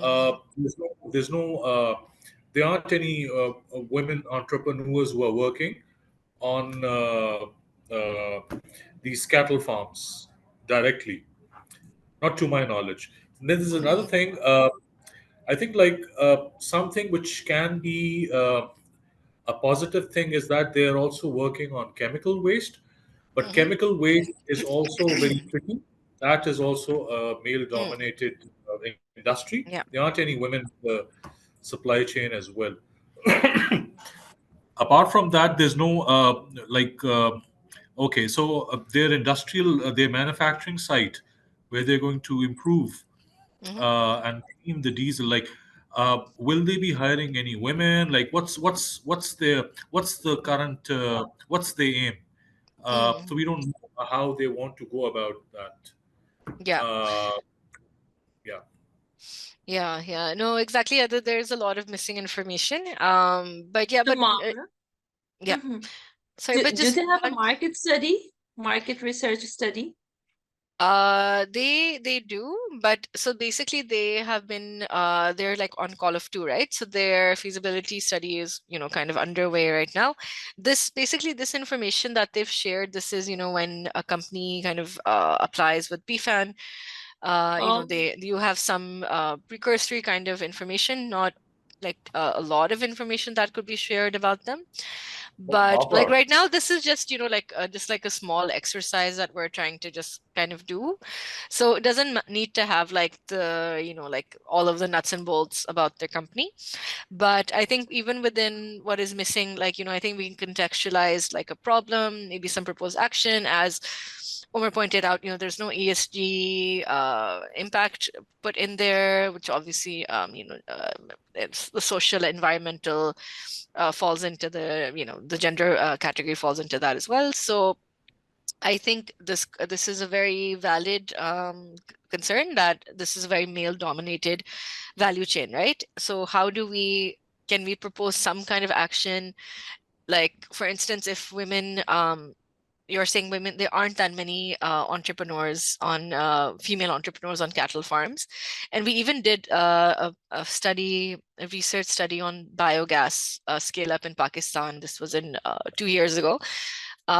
So that, of course, the feedstock puzzle is very difficult to solve, because, there's a lot of consistency issues, and which can make it a very like kind of volatile kind of production. It's hard to kind of do projections for it, because if things aren't very consistent in the feedstock supply, then things can, the kind of yield you get is not as much, right? So, but is there like one particular problem that we can kind of focus on and have like a proposed action and kind of figure out what could be proposed?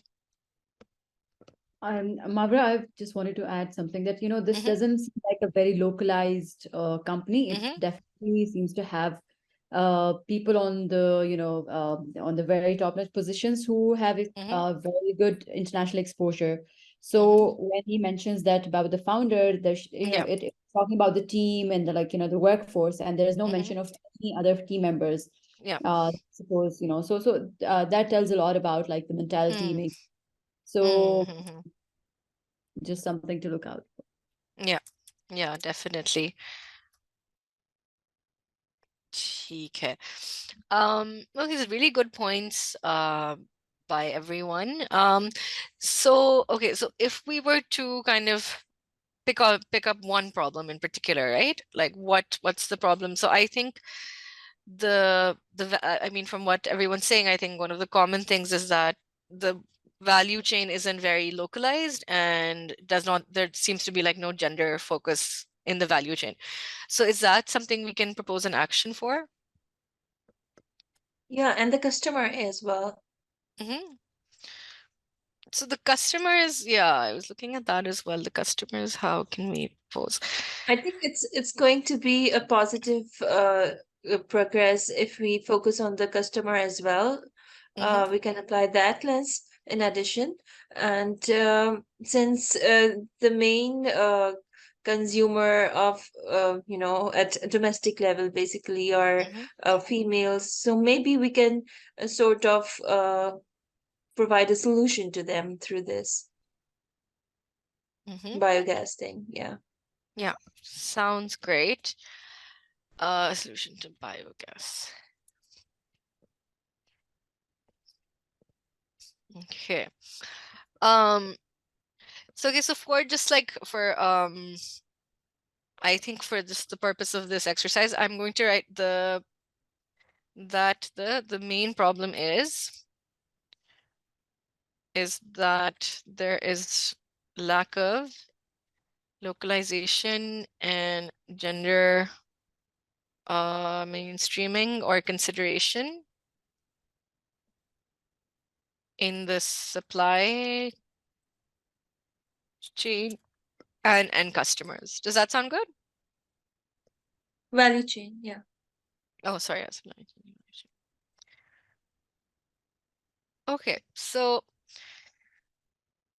now I'm thinking, okay, what kind of action can be proposed for this? So as Mehnaz pointed out, like we know that the CEO is kind of like the top down, kind of guy.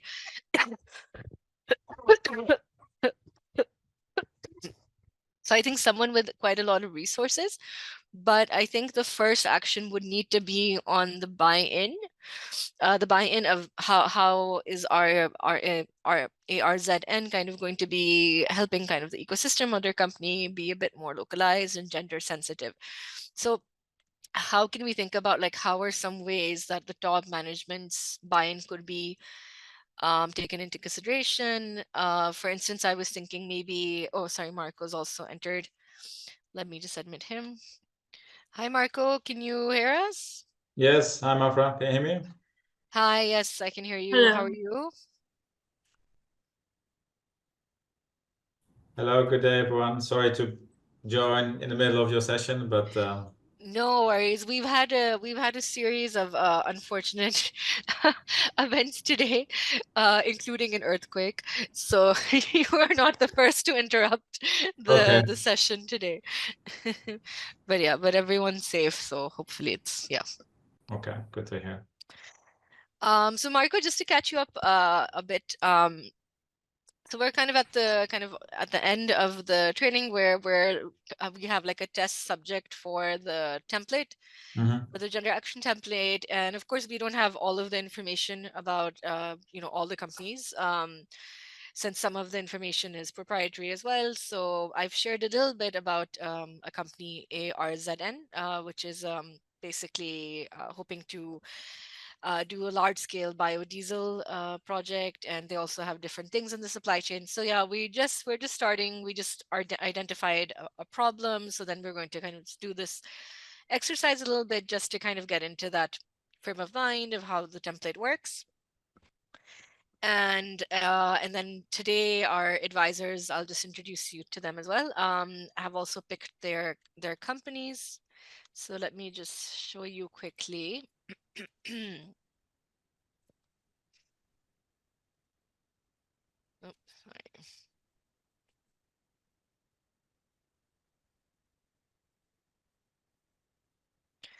Yeah, so these are basically the companies that we have identified on the basis of interviews with the upper management, as well as how many women are in their workforce. So the first company is Orco. So they're basically developing a software for this other company, which is also in our pipeline, called Vitality Electric. So basically 2 to 3 wheelers in Pakistan. So Mehnaz is going to be doing the gender action plan for this company, and then Aisha, I'll introduce you to all of them. So this is, basically a 2 to 3 wheeler company in Pakistan. And their business model is quite similar in some ways to like Easy Bike and Mode Mobility, but I think they can learn a lot from Easy Bike and Mode Mobility, because I think those two companies have they really do have like a female customer base, which is really, really impressive. So those are like some cross-pollination best practices we could even share. Then this is the one we are doing a test right now on, ARZN Renewable Energy Limited. So as you can see, they are basically a facility which will operate on waste oils and produce high quality European grade biodiesel. And last but not least, this is RapidDev. So they make energy efficient, everyday household products like AC, DC, ceiling fans, fan kits, UPS, and solar inverters. And Umar is going to be doing the gender action plan for them. So we've already bounced around some ideas and even like how the 3 gender advisors can work together. But now let me introduce you to our advisors. Or maybe the advisors want to introduce themselves to Marco. Sure. Marco, hi, my name is Omar, and I am working as the PFAN advisor on 2 projects right now. Electrical engineer by profession, been working in Pakistan's energy and power sector for quite some time now. I am also working with GIZ as an energy advisor. So, so mostly I'm focused on energy, renewables, and energy efficiency subsectors. Thank you. Great. Nice to meet you. Nice to meet you Mark. too. Aisha or Minaz, you want to Yeah. go second? Sure. Hello. Hello, Marco. I'm an electrical engineer as well, and I've been working in the field of solar and wind power plants, and later on moved into the financial modeling of these, and engineering management of project management on a larger scale basis of energy sector projects. And now I'm as well working with GIZ as well in REAP. In REEE 2 project, which is renewable energy efficiency 2 projects in the capacity building space introduced by GIZ. I'm sort of training professionals in the field of solar, and I'm working with PFAN as well presently on 2 projects. One of them is on hold, and the other one is focusing on biomass pellets. Nice to meet you, Aisha.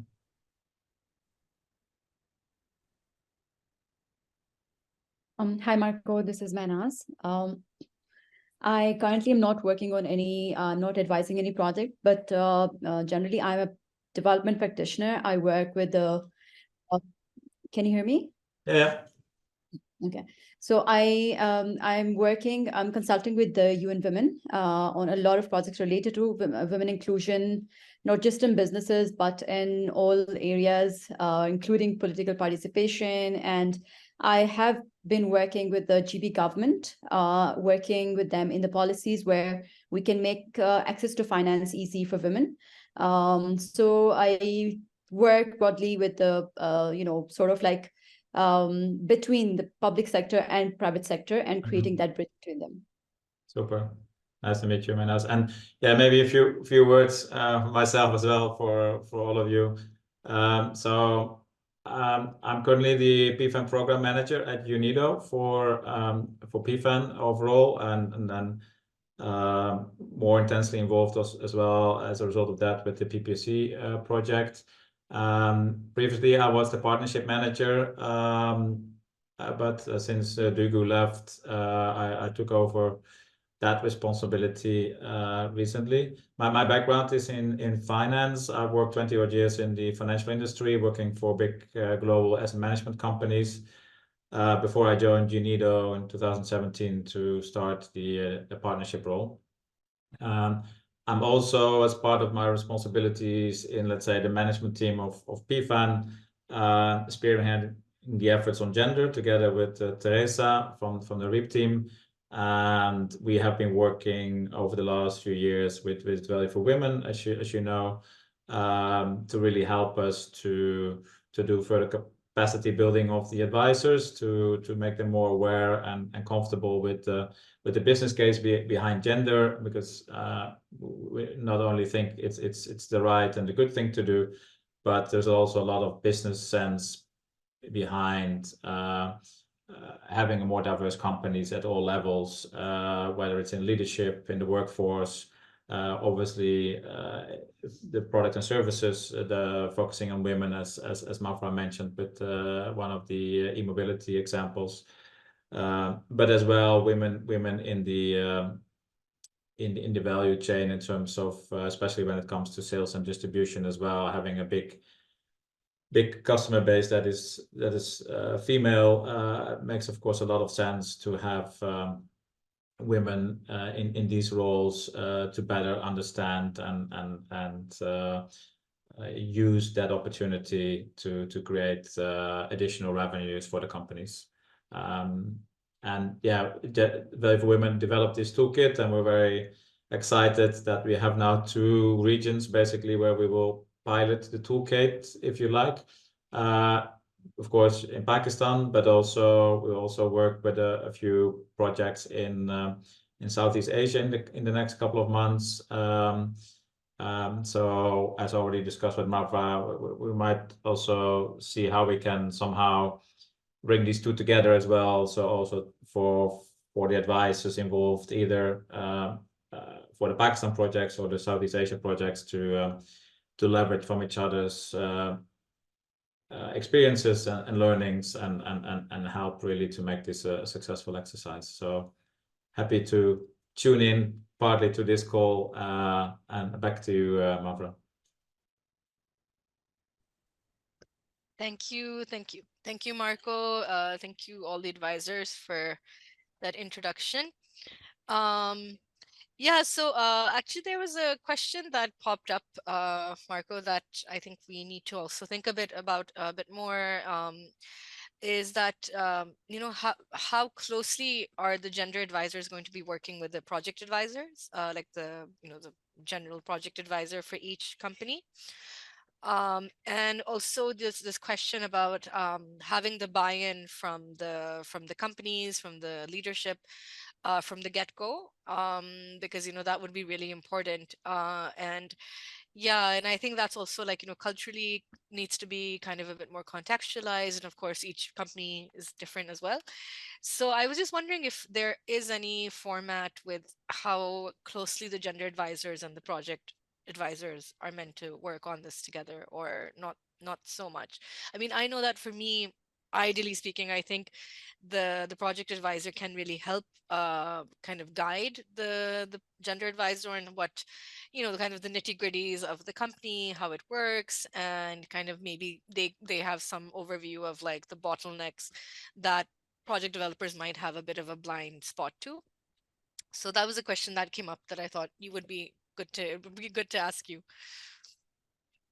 Yeah, thanks, Mavra. Well, I mean, to be honest, I mean, when we set out these tasks and when we added this as an additional service to be applied, we didn't necessarily define that it would be a separate advisor doing this. I mean, it should be any advisor that we have should be able to actually add this to the services. So maybe a question back to you, why the PPSC team has decided to structure it in this way, to have separate advisors involved. But clearly in that case, that's an alternative way of doing it. But then indeed you require that coordination between the 2 different advisors/experts. And as you have seen from the toolkit, one thing that is very important is that there is commitment from the actual entrepreneur developer to do this, right? If there's no commitment, then it doesn't really make sense to spend time on it, unfortunately. So I assume that for the companies that have been selected, that there is a buy-in from the developer / entrepreneur to jointly work on this with ourselves. And yeah, again, given the setup of having two different advisors involved in this particular service to the entrepreneur, this is the first time we do it, so it's hard to say what is the roadmap. But so it's I think it's also an interesting experience to see and learn from. But yeah, obviously there needs to be contact between the project advisor and the gender advisor, as we call them, to make sure that the results are achieved and everyone's on the same page and it's clear who's doing what. I think it's probably good to have if it hasn't happened already, to have kind of a call between the two advisors to make to be clear on who is doing what and what is expected from both advisors in terms of information on the project, for instance. Is that to be channeled through the advisor, or is that to be received directly from the project developer? Those type of things. But thank you for that. I mean, to answer your question a little bit, I mean, we didn't feel like everyone in our advisory committee or our network was, had the time or the capacity per se to become a gender advisor, right? Because even though the value for women modules are very, like, I think, rigorous and really great, but we wanted to start off with like 3 advisors who have a strong gender understanding and who have that commitment as well. So that's why we handpicked Mehnaz, Omar, and Aisha, because we thought they were very, fitting picks for this. So obviously it's the first time we're doing this. I was even telling, them that this is a little bit of a slight experiment. So in a way, it's a good thing. No, we don't have any fast rules except for the template and the toolkit. But I think it should be interesting to see how it goes for, these first projects, and then whatever learnings we have, we can obviously kind of implement them as we go along. Have there been any calls already between the two? No, so this is kind of the first initiation we're doing with everyone, right? So this is kind of the first, I mean, the first step was the gender advisory value for women training that everyone went through. And I think everyone's understanding is really solid, which is great. But yeah, so today's exercise a bit like going through like a kind of a dummy case study and doing it together is just kind of get that, like, those juices flowing, and kind of also have a little bit of a team building between the gender advisors and myself and you. So I think it's a good first step. And then I think after this training, I'll email everyone with the second steps and any kind of learnings we've had, and then I think especially in the new year, we can start having those bilateral calls between advisors, gender advisors, and the project developers. And I would also like to be part of those meetings, so we can take that forward then. Yeah, and that sounds great, Marva. And again, I think, as you said, since we don't really have a set in stone procedure to do this, I think it's a great way to learn and see what works best. So yeah, I mean, I will leave that to you as well, to make sure that it happens in the best way for the specific Pakistan context, because I guess it is one of the examples probably where a one size fits all approach doesn't necessarily work. I mean, also given the culture in different cultural differences between countries. I mean, I could envisage in some countries it might be easier to have an advisor doing both, and in other countries maybe it makes more sense to do it the way you do it in Pakistan. And again, then I'm not sure yet what the approach will be for Southeast Asia, but if they take the other approach, then I think we have 2 nice examples, and then we can see what are the pros and cons, and what needs to be further specified to make both approaches successful. Because again, I don't think we should say it always has to be the project advisor that's also doing this. If it makes sense to involve a second advisor, that's fine. And again, I think there are some clear advantages of that as well. I can see to bring in really someone that is more comfortable and more expert on this, but then would be great as well if those learnings can also be beneficial for the project advisor that is not doing the work, but maybe then in a hopefully not a distant future, they can actually start to doing it themselves as well. So I think there might maybe to think about as well some kind of capacity building within capacity building elements to also make the advisors that now are not going to be doing it themselves more comfortable in doing these things in the future. No, definitely, I agree. And it's also kind of like a supply demand issue as well, since, like, as you said, not all of the companies might be willing. And then, it kind of didn't make sense for all of the advisors to get trained on something that might not be used, and so I think it's a good first exercise, and then we can see how it goes. Yeah, exactly. And again, I mean, that's given that it's kind of a bit of a pilot in the good sense of the word. I mean, Teresa and myself are also very keen to see how we can best support this from our end. So yeah, please keep the lines open to us, either directly through you, Mavra, or if any of the advisors wants to touch base with us as well. I mean, we're available to make this a success, basically. Great. Thank you, Marco. Thank you for your time and your expertise on this. Would you like to stay and do the template with us? Or do you have to jet off? I need to get some food in my system, I'm afraid. Yes. No, that's fine. But no, thank you so much for tuning in, and I'll share the recording with both of you as well. Yeah, and great. Just like a follow-up email with everyone, so everyone knows. Okay. Okay, well, thank you so much. Have Thank a great day. you. Have a good Thank lunch. you. Nice to meet you all, and looking forward Nice to meet you as well. continue to work and support you in this effort going forward. Thank you. Thanks. You. Bye-bye. Bye-bye. Bye-bye. Bye. That was Marco. I'm glad he could join. Okay, we only don't have that much time left, but I think we can finish this in about 35 minutes. So any other questions that anyone has right now, or should I proceed? No question from me. Okay, Aisha, Minaz, you're okay? Yes, we're good. Thank you.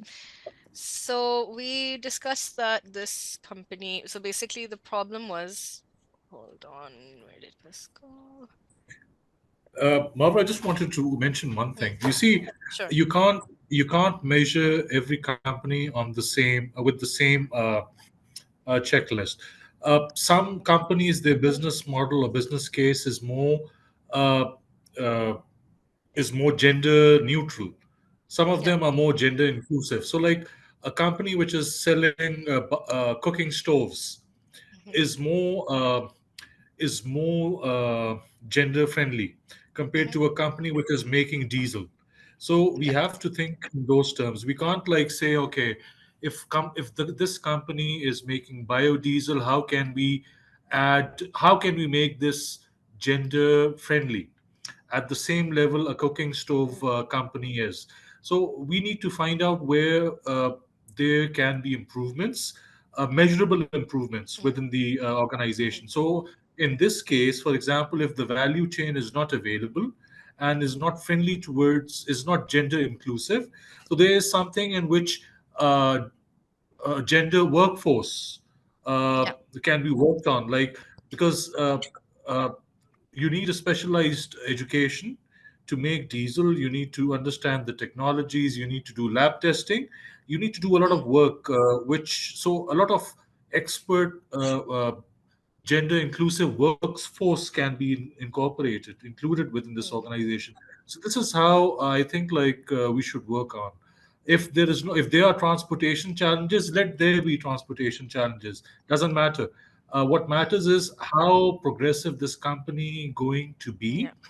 be, something which is measurable in a sense that we are in this table we are proposing action. So a proposed action, like, okay, so there are no women in the organization right now, so maybe there'll be 30% women by 2024 when they come online. So I think that's something which is measurable, and it will be easy for PFAN to assess and present it to investors as well. Yeah. No, that's a really good point, Amar, and that's exactly the kind of gender metrics that PFAN is using, kind of the gender screening assessment tool, because I mean, it's not necessarily saying it's a good or bad thing. As you pointed out, like some companies just happen to be, male dominant, or there aren't that many women in that specialized category. But again, then if there, basically the idea is that there's always some place within those four lenses that women could possibly fit in, as you said, that even if there's more women hired, if they're not specialized, but they're in maybe kind of secretarial or like other kinds of positions that don't have that technical skills needed, but there's also the possibility of upskilling, so I mean, there's also equitable approaches that can be used. So quite male dominant field could say, okay, we're going to go into the villages like for ARZN and say that we are going to maybe give microfinance to female farmer entrepreneurs who can collect feedstock for us, something like that. Like, so getting a bit creative and seeing like maybe how the company can have more equitable measures, even if they don't have that kind of built in. Does that make sense? So It we basically want to give the companies like ideas that they might not have thought of or prioritized before, and really showing them like the value add, the business case, and I think a lot of like, for instance, I was thinking that since the CEO of this company, RAZN, is, has this international exposure. I'm sure he knows that, for a lot of American investors, having gender lens is very important. So we can maybe even provide them like a list of like, investments that they could avail. But then they have a very stringent criteria about having some kind of female representation, right? So that could be like an added value for the company, and kind of that behavior change as well, that they see not only the business case but also seeing how, as Marco also said, it's the right thing to do. So yeah, but I definitely understand your point that we can't measure each company by the same metrics. So yeah, so for proposed action over here, so we said that the main problem is that there's a lack of localization in gender mainstreaming. And there's not much consideration to women in the value chain or as end customers. So, so proposed action, could it be, I mean, as Omer said, that biodiesel is quite technical, but in the other things of the supply chain, is there any action we can propose, or even like maybe like a what's the word, an apprenticeship for fresh graduates, women who are I think engineers, who maybe they could have a program that for for like electrical engineer graduates or something, that kind of gives them this kind of training or internship within this technical field. Like, do you think something like that could work? That I too, think, and Martha, first of all, we shouldn't mention women in supply chain because I think that doesn't fit in this. So I think women in workforce is something which this company can do and can achieve. So I like adding technically competent women. Like, for example, if you want to test the quality of oil, and because their business model is basically producing oil from waste and then exporting it to the EU and wherever is needed. So I think having technical expertise, there are women present. So women within the workforce can be a point for this organization to work on. The other thing is you mentioned that this business is also led by a guy and a woman as well. So I think that's something which they already have an edge over. So maybe they can incorporate further shareholding in which they can incorporate women. So these two aspects of the gender lens, women-led business and women in workforce, is something which is doable. But women customers, that's very highly unlikely Yeah. because the majority of business owners of this biodiesel are male dominant. They can be, but there needs to be a detailed market analysis for that. And I don't think anyone is going to do that. And then you mentioned women in value chain. I think that's highly unlikely as well, given the local context. If anyone Okay. else has a point I here. think Aisha was also saying something. Aisha? Actually, I was trying to say that I think, yeah, the Oh, workforce thing works for me as well. And also, there are different roles inside an office. Like you can have a yeah. marketing lead, you can have Mm. a finance lead, you can have sales lead. So, there's so many roles that women can take up in the office to make it more Mhm. gender, inclusive, if not Yeah, technical. definitely. Yeah. Yeah. But Okay, I so think, I yeah, was I think both. considering that since it's going to be a very technical process, right, from the sourcing of raw material, which is the waste used oil.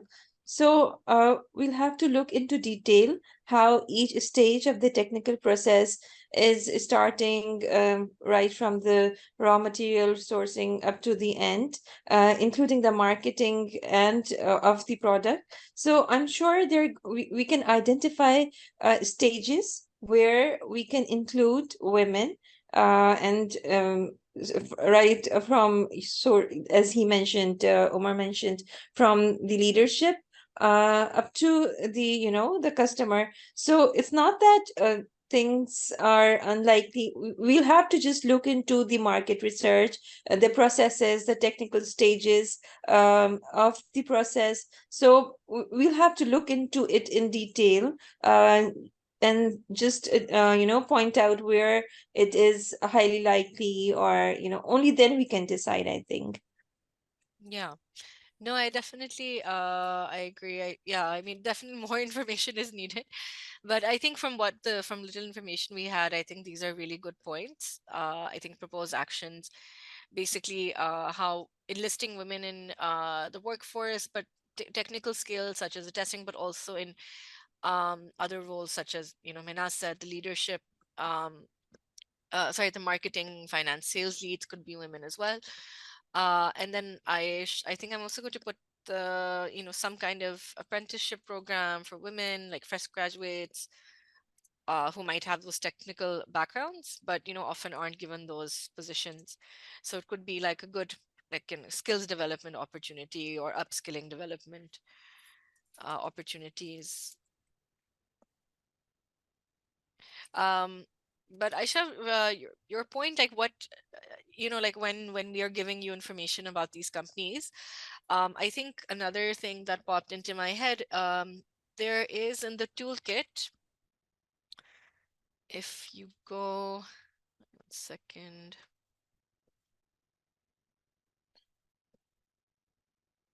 Yeah, so in this toolkit, they do have questions that can be asked to project developers. But I would like to maybe work with you all on that at some point. See, like this is like they have a best practice recommendation for advisors, some of kind of the questions you could ask these developers. But I think might be valuable for if we could at some point, I could propose some questions as well, and then we can make like a question list together for project developers that are a little bit more in detail, a little bit more like culturally contextualized. Does that sound good to everyone? Okay, I was going through this earlier, and I just felt like some of them wouldn't really be that relevant to Pakistan, or some more details would be required.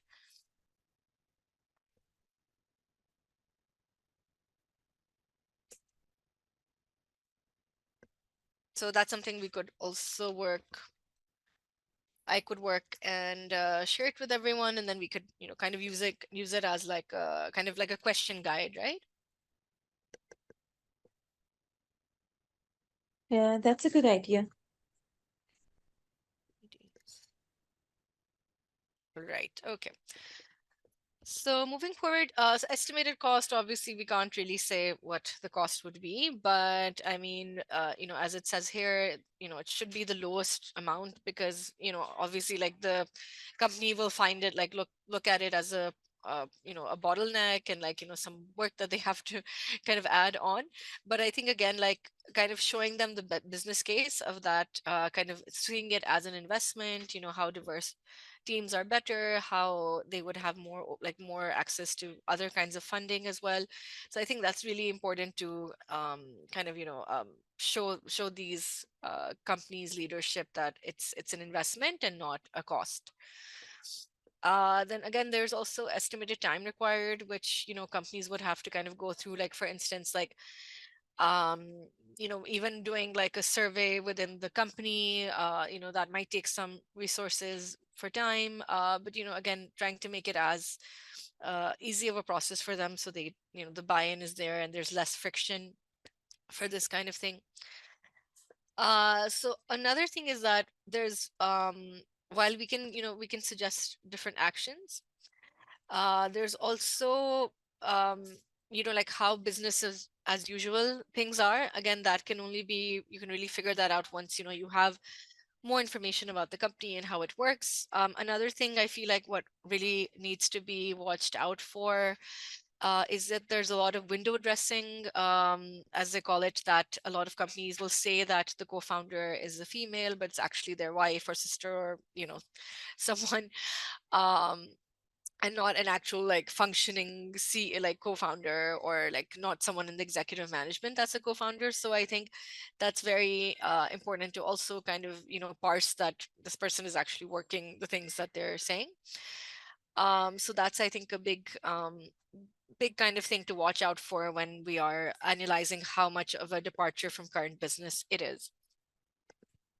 So I'm just going to write that point down as well.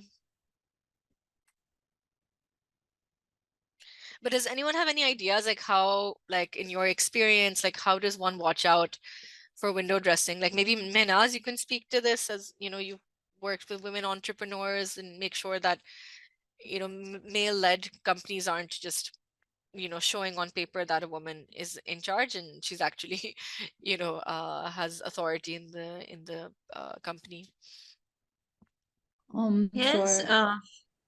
there are companies who have, you know, the CEO who's the owner, he just inserts the name of his wife just as a director because they need another director to be inserted.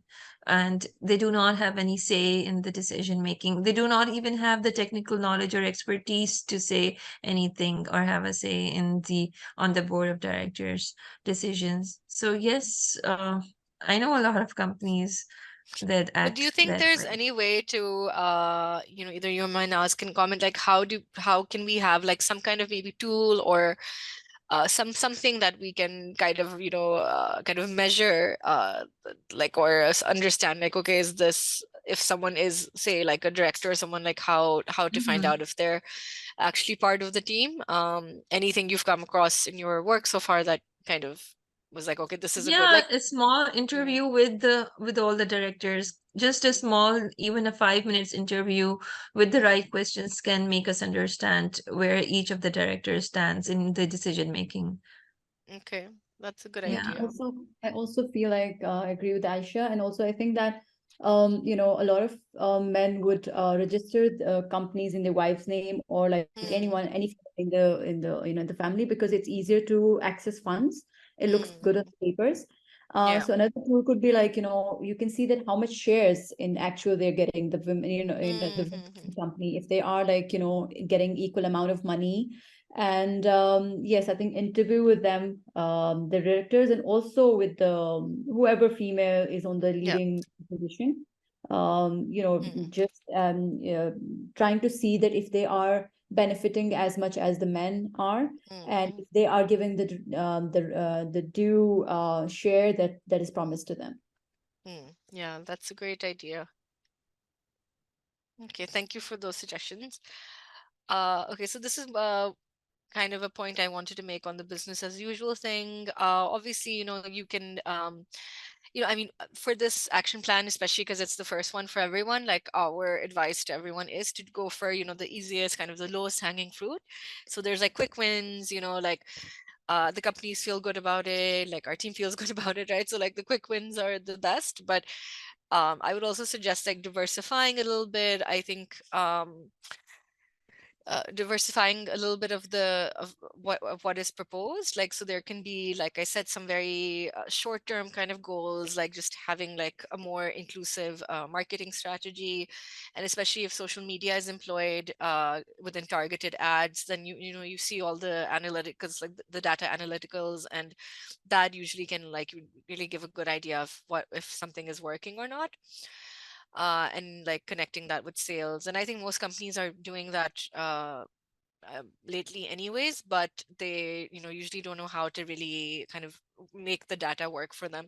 So I think that could be like a really good low-hanging fruit for a lot of the companies, but obviously not all, since ARZN is not really they're not like functional in that way right now. And also their biodiesel, as Omar pointed out, the end product might not be appealing to different genders. But for instance, we were talking about rapid dev, I think that could be a great proposed action for them. Okay, then we have objectives. So basically, what is objective of the action? What potential business impact could it have? What potential gender inclusion impact could it have? So I think for this, since we're talking about women in the workforce, I think, I mean, this seems pretty like self-explanatory in some way. Like the objective is to improve the quantity and expertise of women at ARZN. This would mean I think this would mean economic empowerment for the female employees, but the company would also benefit from diversity and being able to apply for more investment. Does that sound okay to everyone? Yeah, perfect. Great. Thank you everyone for your patience. We're almost done. So now we have alignment to gender. So does this action enable a business to apply gender lens and move up on PFEN's gender marker? I think for sure. So I would have called this gender neutral, like not even gender neutral, maybe gender blind. And I think then they would move up from, I think, gender proactive, because they're hiring more women and kind of changing their business, like the culture over there. So I think yes, from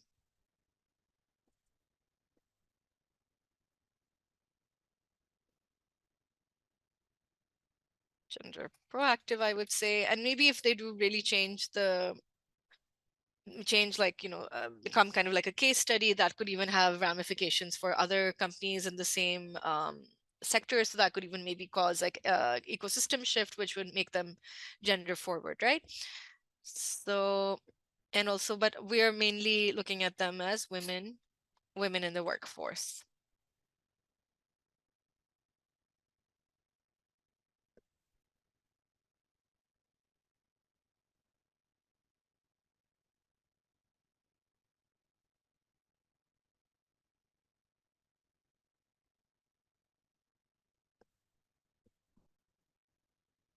Okay, so from the training that all of you went through, do you recall the 2X challenge and the UN's women's empowerment principles? Yeah, 2X challenge. It had, I think, 4 or 5 points. Yeah, so I think, I mean, I don't know if they could apply for the 2X challenge, but I think they would be closer to it than if they had not. Because usually I think the kinds of companies who win such grants or such challenges, like there's like it's very like quite like I think competitive, and they have I think they meet more of the gender metrics. Maybe it would be if it was women in the workforce, and then one other thing. That's from what my analysis. I feel that usually it's a stronger business case, but they would still Yeah. be more open, I think, to at least some kind of funds. So I'm going to write.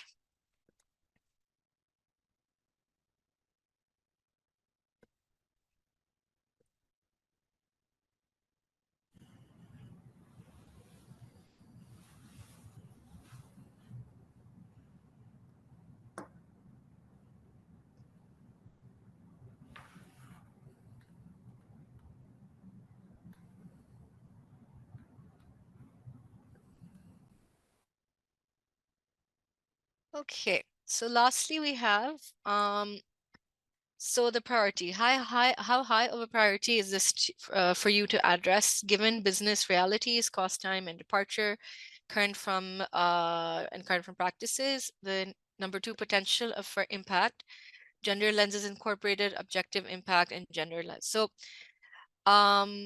what is everyone's thinking about this? How high should these actions be on the priority list for ARZN?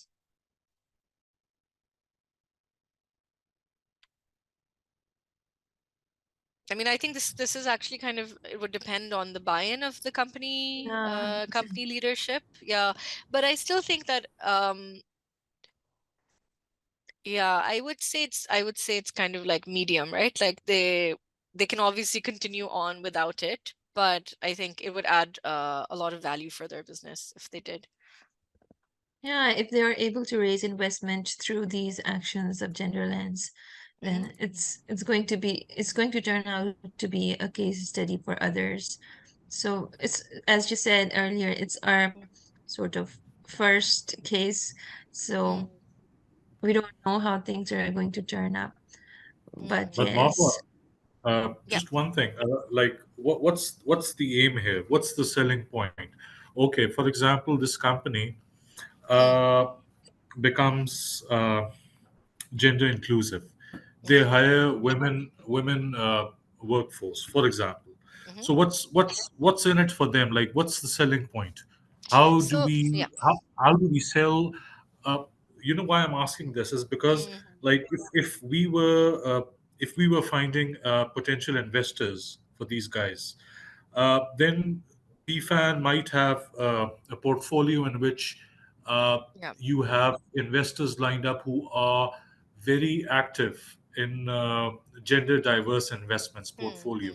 But like, what's the catch here? Like, there must be a catch in which we can make them at a high priority, like make them more interested and keen. Yeah.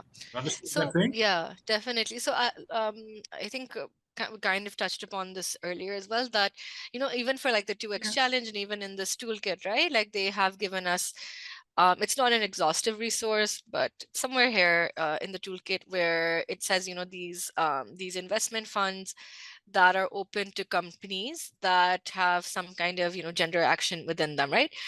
So firstly, that's one of the hooks, right? That you will have access to more funding, you will stand out. And then also I think the kind of selling that having a more diverse workforce, for instance, will also help your bottom line, right? Because now there's so much research on how the more diverse a team is, the better these teams perform, right? So that's obviously one of the cases, but I mean, our end goal is also investment closures, right? So in that sense, like giving these companies, I think a kind of a list or opportunities that they could also apply with, investors who might have more of a gender lens, they're basically more competitive in that environment, right? But I think it is, as you said, it is important to show them like what's in it for them, which I think, I mean, the bottom line is more investment, right? Like that's how one can sell it. And then we have a lot of case studies from PFAN Global as well. Even in Pakistan, you know, there's quite a few companies who are getting recognized for their, you know, like, you know, their gender kind of innovations, or even like, for instance, like Mode Mobility, who recently won this very big award in Vienna Energy Forum, where they won the best innovative youth-led solution.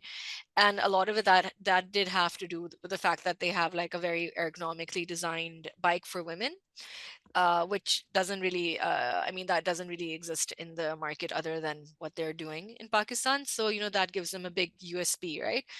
So, and then like investors are more interested to invest in that as well, because you're also like changing the culture of the country. And, you know, like there's like a lot of the SDGs and metrics are also trying to do all of these things together, right? So I think that's kind of the sell. And definitely having at least some people from the leadership of the PDs having some kind, you know, like some access, some look, either if it's like a presentation we can make, or you know, like a video that kind of gives them more sensitization of why, like, what is the business case for, you know, gender inclusion. Does that answer your question a bit? It was it's a Yeah. bit Yes, Mama, complex. you're right. You're right. Even through what I grasped from the previous sessions, I think all the all the PDs over here are looking for money, basically. They Yeah, want to yeah. raise investments. That's why they came to PFAN. So this is one of the major elements that can help them raise more investment. There Mhm. is, you know, funds available. There was a list of investors as well who invested into, you know, companies who supported women and all that. So Mhm. I saw it in a previous presentation of this PFAN Gender Lens session. So Mhm. yes, they were case studies as well, and they make remarkable sort of investment. Um, Mhm. I think this is a very good selling point, which is taken very lightly in our society. And as a next step Yeah. after the action plan, there was this recommendation for the gender advisors to make a pitch deck as well, especially Mhm. for focusing on those investors who are looking for such projects that are, you know, looking into this equity thing, Mhm. equality and equity in their projects. So I think as we move forward and work towards this and make at least one success story, only then we'll be able to sell off to other projects. Definitely. And I also think that, you know, like what we were just discussing about the window dressing problem. I mean, I think the fact that people do this window dressing and pretend like, you know, a woman is the co-founder or co-director or something, of course they're aware that this is a selling point, right? So it's kind of that behavior change Yeah, thing exactly. of convincing them like, okay, look, you're like, obviously we have to watch our language, but kind of like pretending to have female leadership, and you know, you're trying to gain some benefit out of it. But imagine like how much better you could be doing if you actually had that engagement and that leadership, or that, you know, kind of like a more balanced workforce, right? So I think it's also like definitely like behavior change elements as well that we have to be mindful of. And you know, I think make it like a selling point, because of course, you know, I understand, like, you know, uh, entrepreneurs are very busy people, so we have to make it worth their time as well. So I think, yeah, I think we're almost done with this. So yeah, the priority, I think we have done. So yeah, so this is basically like what you would call, like, you know, kind of the first step in kind of assessing. And of course, some like this kind of thing would become a lot easier once you have spoken to the project developer, the advisor. You maybe you know, I can make a questionnaire that you can float to the project developers and all of that stuff. So but like as a next step, I think I will make I will write a follow-up email, and and like all of the follow-up materials from today, and share with everyone in an email. And then I think it would be great to start making some kind of you know, kind of inroads with the project developers, and the advisors, and I can kind of facilitate that meeting as well. We could have, each gender advisor have like an online meeting with the company, and then we can maybe take it from there. If it's possible to meet in person, that's always best. But I understand not all the companies might be in Islamabad or Karachi or Gilgit, wherever you are. So we can definitely make that happen. And yeah, and I think I'll just kind of figuring out with the project developers of when work can start on these things. So and then when you admit this to the Climate Invest, then your call off will be generated. So yes, that's Great. basically it. Does anyone have any other questions, concerns? Thank you, Mavra. I think this is very exciting. I'm really like looking forward to this because this is I'm like you just answered the question that the timelines, how are the timelines going to look like? When do we start? When do we start our call off? All of those things I think you'll question in the email. Yeah.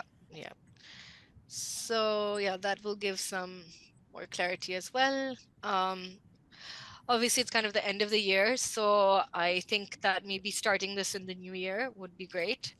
So that way, it's a fresh start and people are more available as well. So I think, I'm excited that by, sometime like mid-year next year, we might have some really good, case studies and success stories that come out of this. And as I said, like, we want to start off with this first one, and we understand it's like a fairly short project, and it's up to you how fast you want to do it or how quickly, but obviously, as I said, like the faster we can see the wins, the better. So yeah, so I mean, if you we'll have a few more companies in call off as well, in call off 2 as well, and then we can kind of figure out which other companies we want to do the gender mainstreaming for. But also, like, for instance, like companies like the VAM who are almost in call of 3, I think some of those companies would be such great case studies because they're already doing so much for gender inclusion. And even in this the Value for Women training, there was like kind of a push that you should go for more companies that are a bit more advanced in just gender aspects. So maybe I can speak to Marco and Teresa and Amar, and we can maybe even think maybe there's some call of 3 projects we can also kind of help them become even more gender mainstream. So let's see. Yeah, I'm excited for that as well because there's some companies in the call of 3 that I feel like would be really great for this. So let's see. I'm hoping that next year we'll have more clarity on these things as well. Yeah, that's true. And plus, it'll make more sense if companies in Call of 3 are given this, are basically assessed per gender action plan, because that's how you can measure success immediately. So I think that's a very good idea. Yeah. Yeah, exactly. Okay, I'll put that in my email too. Okay, well, thank you so much. I really appreciate your time today and your patience for the earthquake and the room issue. But thank you so much. This was really great. I'm glad. I'm really looking forward to getting on this in the new year. And if you have any questions, as Marco said, please don't hesitate to like reach out to me. And I'm always here to support with anything to do with the project developers, the other advisors. So let me know if you have any questions.